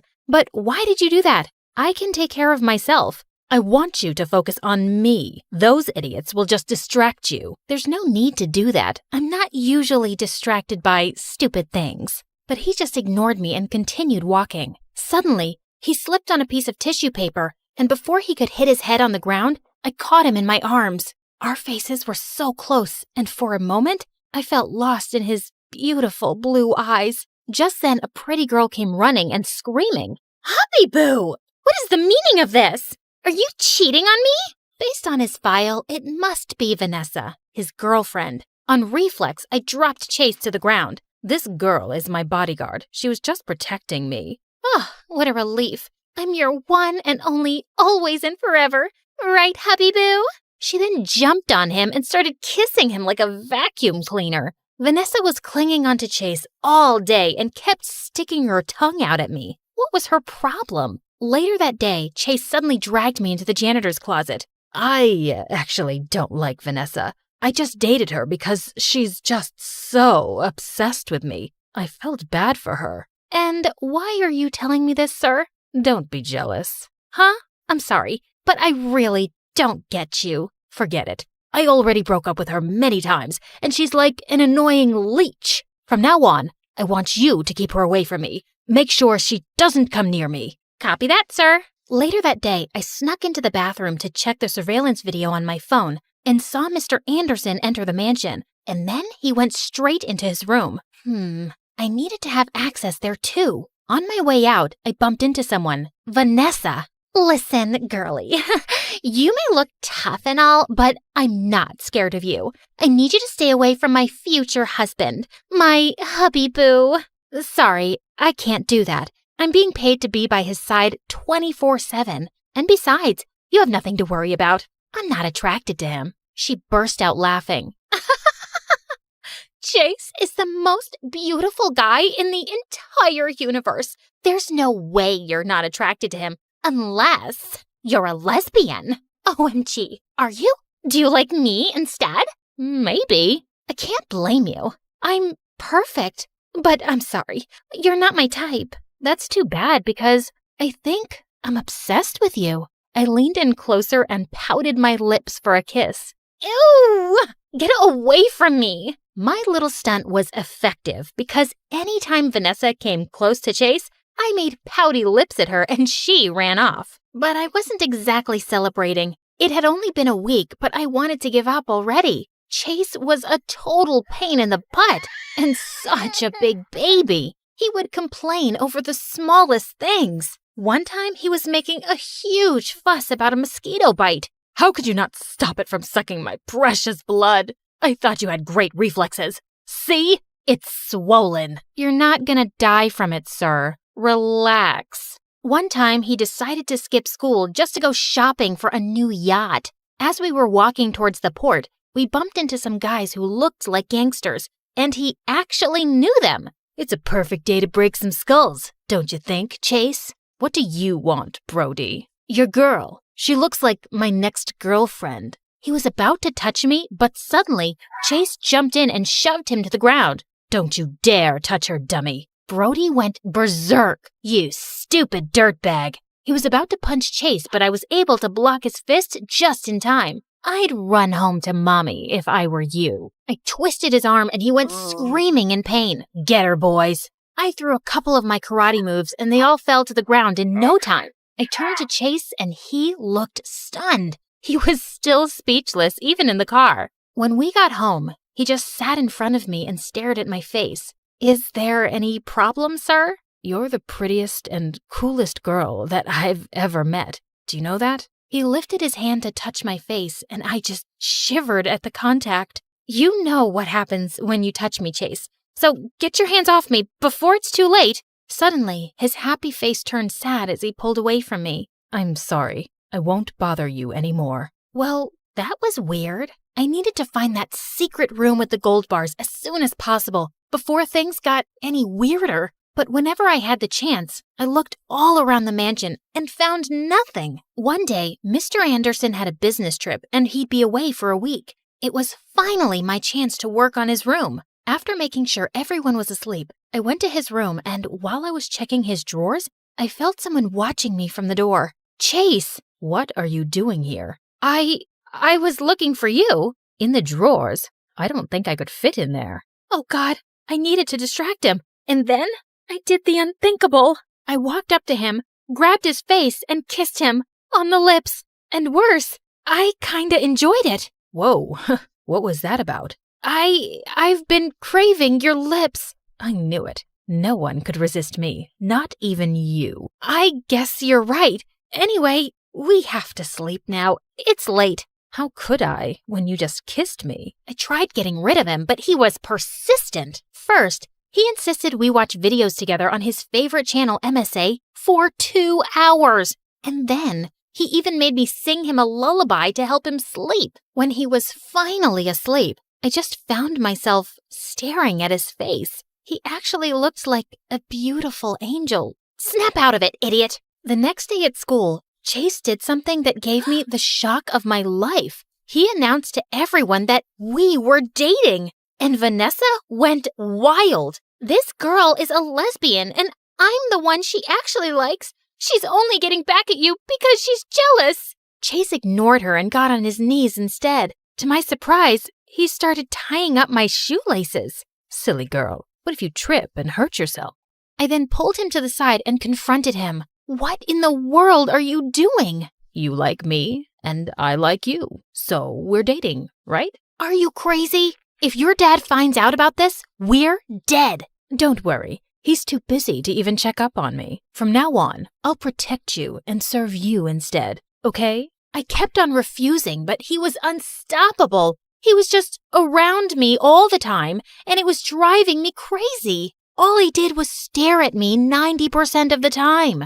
Could you please stop that? It's freaking me out. I could stare at you forever. You're just too pretty. I sometimes doubt if you're even real. During classes, he kept reaching for my hand just to hold it. During lunch, he would feed me and just watch me eat. He was acting like the perfect boyfriend, and I had no choice but to play along to protect my cover. Ugh, what had I gotten myself into? Later that night, I called Lewis and reported everything, including my fake relationship with Chase. I need you to stop entertaining any distractions and finish your mission ASAP. Understood? He sounded mad, and it made me feel bad. I'm sorry, I'll do better. The only place I hadn't checked yet was Mr. Anderson's bathroom, and I had to do that first thing in the morning. But I woke up to see Chase smiling at me with breakfast in bed. Good morning, my love. Eat up. I cooked it for you. The eggs looked delicious, so I decided to have a little taste.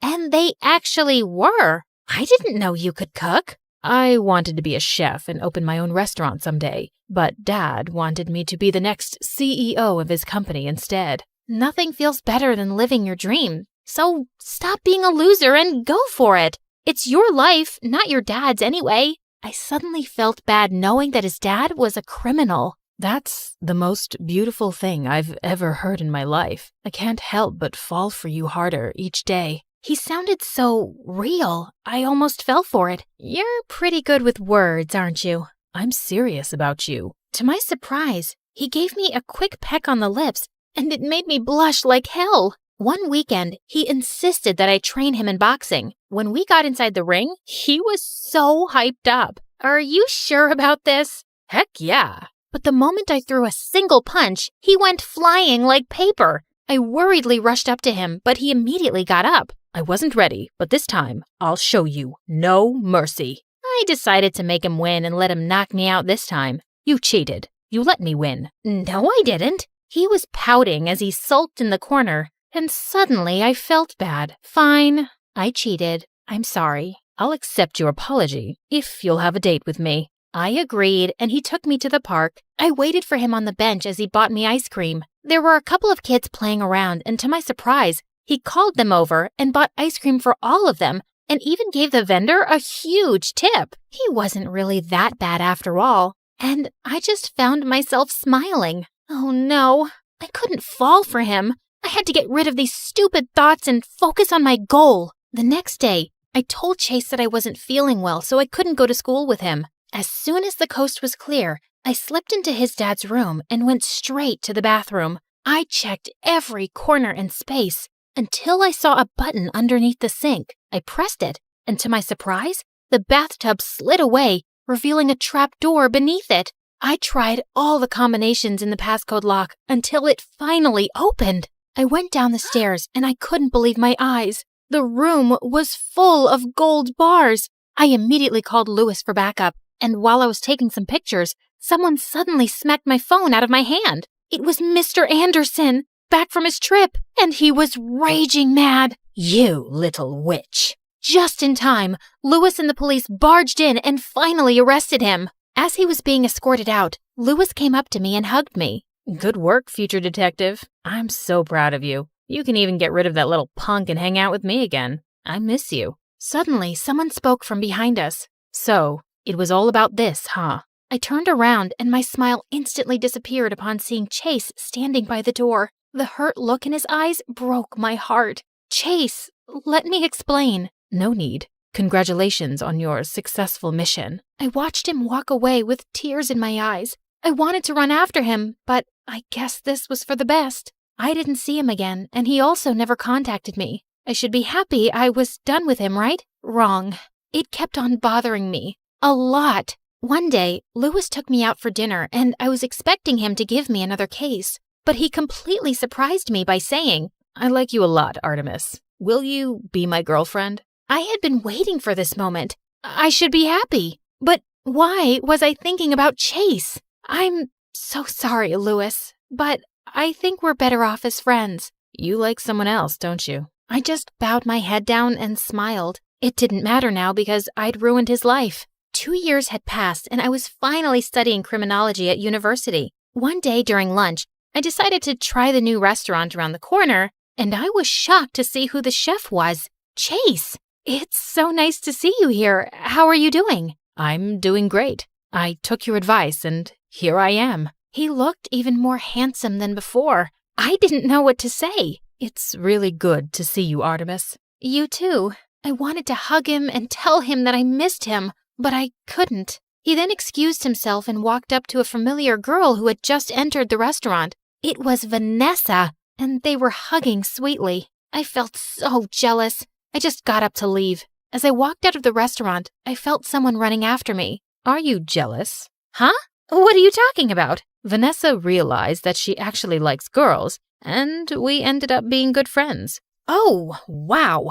I didn't expect that. Just then, he stepped closer and held my hands. I've been in love with someone else for a long time now. I bet you know her. You're supposed to be mad at me for putting your dad in jail. I'm not. He's a criminal, so he deserves it. I'm upset because you pretended to love me. When did I say that I was just pretending? You weren't. He looked so cute as he blushed, and with that, I grabbed him by his collar and kissed him. Sorry, it's just a reflex. Let's make it a habit then.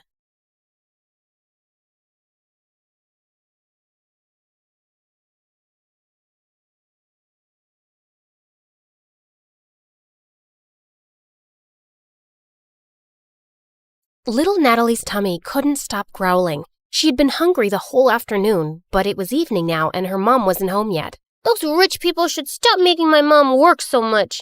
I wish we'd never moved from France. Mom didn't have to work so hard there like she does here. As she walked outside, she heard loud music coming from the biggest mansion in the whole countryside from afar. Her tummy told her to go there, and she found out there was a large party happening in the garden. Natalie started drooling when she saw the huge feast. She tried to sneak in, but a group of women blocked her. Where do you think you're going, little girl? I'm hungry. Can I have some meat, please? And a glass of juice, too? Just look at her dirty clothes and hands. Disgusting. You're not welcome here, child. Be off with you. Natalie was so mad at their meanness. Just as she turned to leave, she noticed a young boy around her age hiding in the bushes, and he looked furious. He was staring at a maid who was being scolded by the lady of the mansion, Mrs. Harrison. How can you serve these fruits in a stupid basket? We have an expensive tray for this. Another mistake, and you're fired. Mr. Harrison was trying to calm his wife down when their daughter Harper, who was the same age as Natalie, was making things worse. I don't have the mood to eat those fruits anymore, Mom. That woman ruined my night. Natalie felt so bad for the humiliated maid. She joined the boy in the bushes. I hate these people. Me too. And that's my mom they're yelling at. They don't deserve all this delicious food. I have to teach them a lesson. Wait, are you gonna do something bad? Mom said you shouldn't do bad things no matter what. But he just ignored her and dragged a bag of manure lying close by. Then he started climbing a tree that overlooked the garden. But moments later, the branch under him cracked, and he went tumbling down straight onto the food table, spreading cow poop everywhere. Everyone screamed, and Mrs. Harrison looked ready to explode. She yelled for security, and Natalie thought she had to do something to save her friend. And with that, she ran towards the nearest barn, rode on a young horse, and made it run around the garden, completely ruining the party. You little rascals! Natalie grabbed the boy's hand, and they fled the scene. I can't believe you just did that! You're so cool! Natalie's tummy suddenly let out another growl. He chuckled and took out an apple from his pocket. For you! Make it 2, 'cause I saved your butt. I'll get you another one soon, promise. What's your name? Natalie. And you? Caleb. Nice to meet you, Natalie. Can we be friends? Okay. And since then, Caleb and Natalie became best friends. Growing up, they shared their love for food and their hate for rich and mean people, especially for people like the Harrisons. Caleb was 11 years old when his mom met a guy, Mr. Cross, a gardener for the Harrisons. His mom said that from now on, Mr. Cross would be taking care of them. Hello, Caleb. Your mom told me you like apples. And reading? Not long after, Mr. Cross and Caleb's mom got married, and he became the hero in Caleb's eyes. He was so amazed by his stepdad, how smart and strong he was, and how good he was to both him and his mom. When I grow up, I want to be just like you, Dad. I'm sure you'll be better than me, and every wealthy man in this land, my child. He would help Caleb understand his math homework, give him tips on how to build a dove house, and he also gave him really good life lessons. My dad told me something. I want to share it with you too, 'cause you're my best friend. Really? Tell me. He said, sometimes we need to stand up for ourselves and fight back, whatever it takes. Yes, we fight back the right way. Mom said we shouldn't do bad things no matter what. I know, you told me. But is it bad to defend ourselves? Do we just let other people do bad things to us and say nothing? You always speak about how unfair the system is in this town for poor people. Yeah, I do think that. Like, if someone hurts you, I'll hurt them too. Natalie was surprised by how firmly Caleb said it. Suddenly, as she changed her position, she lost her balance and fell. Caleb laughed and helped her up. Now, I don't know how to hurt the fence or the ground, but Caleb then kicked the fence and stomped his foot on the ground. Natalie found it funny. She liked the thought of Caleb as her protector and felt really lucky to have a best friend like him. And over the years, she grew to like him as much more, but she was too scared to admit it, too scared to ruin their friendship. One day in high school, she decided to cook his favorite food and surprise him at lunch, but her heart ached with jealousy when she saw him laughing with some girls in the canteen. She was leaving when Caleb called her name and walked up to her. Is that for me? Before she could reply, the girls jumped in and glared at Natalie. Why are you friends with that dumbhead, Caleb? Same question. Handsome boys like you should hang out with pretty girls like us. Suddenly, Caleb wrapped his arm around Natalie's shoulder. My girlfriend is not a dumbhead. She's the smartest, coolest, and most beautiful girl I've ever known. So please, stop talking rubbish about her. Girlfriend? As the humiliated girls left, Natalie turned to him. Why did you tell them that nonsense? Those girls are going to hate me forever. Are you mad? Yes, I'm mad because you lied. We're not dating. We're just friends. Fine, I'm sorry. But what if I wanted to be more than that? What do you mean? Can I hold your hand? No. I love you, Natalie. I've loved you since we were kids. Do you love me too? Caleb's sincere gaze made her melt. Yes, I think I feel the same way. Caleb started to lean in closer, and when their lips finally touched, she felt like she was on cloud 9. After that, the best friends became lovers, and Natalie was really happy with Caleb as his girlfriend. But over time, things started to get complicated. His mom fell really sick, and his stepdad's earnings weren't enough for her medicines. So Caleb was forced to take more part-time jobs around the farm. He hardly had any time to spend with Natalie anymore. Meanwhile, that night at the Harrisons, the family was having their usual dinner. Mr. Harrison was talking about the progress of their business, while Mrs. Harrison was being pushy towards their son to date someone. I don't understand the rush. I'm so young, I'll have plenty of time later on. You have plenty of time now. I don't, Mom. I'd rather focus on school than date. Love is nothing but a stupid distraction. All work and no play makes people really dull, darling. Remember Sheila? Benjamin's daughter. I think she's a nice girl. Mom, I don't like her. She's weirdly obsessed with me. Duke, she cares about you. Let him be for now. Don't push him so hard. He'll eventually find someone. But Sheila might not be around till he decides he's ready. And I think she would be so good for him. She's a smart young woman. They're perfect for each other. I have no interest in wasting my time on girls right now. Oh, brother, how about boys? Do you want to share something? Shut up, Harper. Well, Sheila and her parents are visiting us soon, and you will spend time with her so you can get to know each other. Who knows? Maybe it will end in a wedding. Hearing that, Duke suddenly felt the urge to lie. I'm sorry, Mom, but I already have a girlfriend. What? I said, I'm not dating Sheila because I already have a girlfriend. Since when do you have a girlfriend? Since 6 months ago, but we kept it a secret. I don't want people in my business. Duke left the table and decided to take a walk in the gardens to cool off. Suddenly, he heard someone behind him and turned around to see it was just Mr. Cross. Oh, sorry, Master Duke. I didn't mean to disturb your walk. You look a little upset. I'm not. It's really nothing. Just sometimes parents can be too much. Do you have kids, Mr. Cross? A son, the same age as you. Maybe I'll introduce you sometime. Duke was feeling too preoccupied, so he just smiled at their gardener and walked off. That weekend, Natalie's mom caught a serious flu, so later that day she went to town with Caleb to buy some medicine. While they were in the pharmacy, his stepdad called him. I need to stop by a dad's friend's place to pick up a package. Wait for me in the town square. I'll be right back. Natalie bought the medicines and sat on a bench in the town square. Her favorite thing in that old place was the old horse statue in the center. They're such gorgeous and magical creatures. Just then, she noticed that its red eye patch was lying on the ground. She picked it up, and as she placed it back on, the statue suddenly wobbled. She tried to make it steady, but it just suddenly toppled to one side and broke into pieces. Holy mighty horsey! Natalie stared at the sight in complete shock. The townspeople quickly gathered around, and they went berserk. How could you be so reckless and ruin the pride of our town? Isn't it bad enough that we have to live with a foreigner who badmouths our town and its systems? And now you've ruined our cultural legacy! Some of them even started crying, and Natalie felt panic. She tried to contact Caleb, but her phone's battery was actually dead. I swear, I didn't do anything. It was already unsteady. Please, forgive me. But the townspeople were blazing mad. Soon the police came, and as they were questioning her, everyone suddenly became silent as they made the way for someone. Natalie lifted her head and met someone's eyes. Duke, the oldest child of the Harrisons. What's going on here? This girl just caused serious damage to a public property, and we need her to come with us to the station.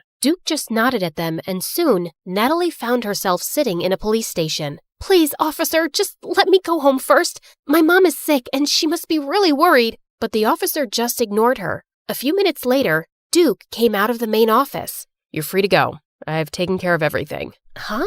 What do you mean? I paid $50,000 for the fine and damages, so you won't go to prison. What? Why are you doing this? You don't even know me. Because I need you. What? What do you mean? Duke then dragged her outside the station to talk. Listen, I need you to work for me as my fake girlfriend for a month, and I'm going to pay you for it. I'm sorry, but can you repeat what you just said? I'm not sure if I heard it right. I think you did. You don't look like you have any hearing problems. Is that how you joke? Because it's super lame. Even hyenas won't laugh at it. Do I look like a clown to you? How can you offer me a ridiculous job when you don't even know if I have a boyfriend or not? Look, I don't care whether you're single or whatever. I'm not interested. I just need you to pretend to be my girlfriend and convince everyone that we're in love, especially my family. But why would you need a fake girlfriend anyway? You can just have a real one. Just choose any girl but me. You rich people are used to getting whatever you want anyway. I asked you to be my fake girlfriend, not to become an interviewer. In private, we'll be practically strangers minding each other's business. I can prepare a contract tomorrow. What makes you think I'll accept your offer? I don't want this weird job. Don't worry, I'll think about another way of repaying you. There is no other way. Accept my job, or return my money immediately. It should be the exact amount that I spent to save your sorry little butt. Natalie wanted to yell at him for blackmailing her, but she knew she couldn't pay him back. Let me think about it. I don't have much time. I'll give you a day. Let's meet at the cafe tomorrow, same time as this. Before Natalie could say anything more, he turned around and left. When she got home, she found Caleb's messages saying that he'd be staying at his stepdad's friend's house for the night. Natalie really needed to talk to him, but she was also worried about how he would react. She also didn't want to tell her mom about this yet and stress her out. So later that night, she went to her favorite spot on the farm to think it over alone. Suddenly, Caleb appeared beside her. Hey, what are you doing here? Wait, Nat, are you crying? Tell me what's wrong. She didn't have a choice but to tell him everything. Are you serious? You shouldn't have let him help you. He took care of it himself, and I could never pay $50,000 on my own. But of all the girls, why does he want you? This is stupid.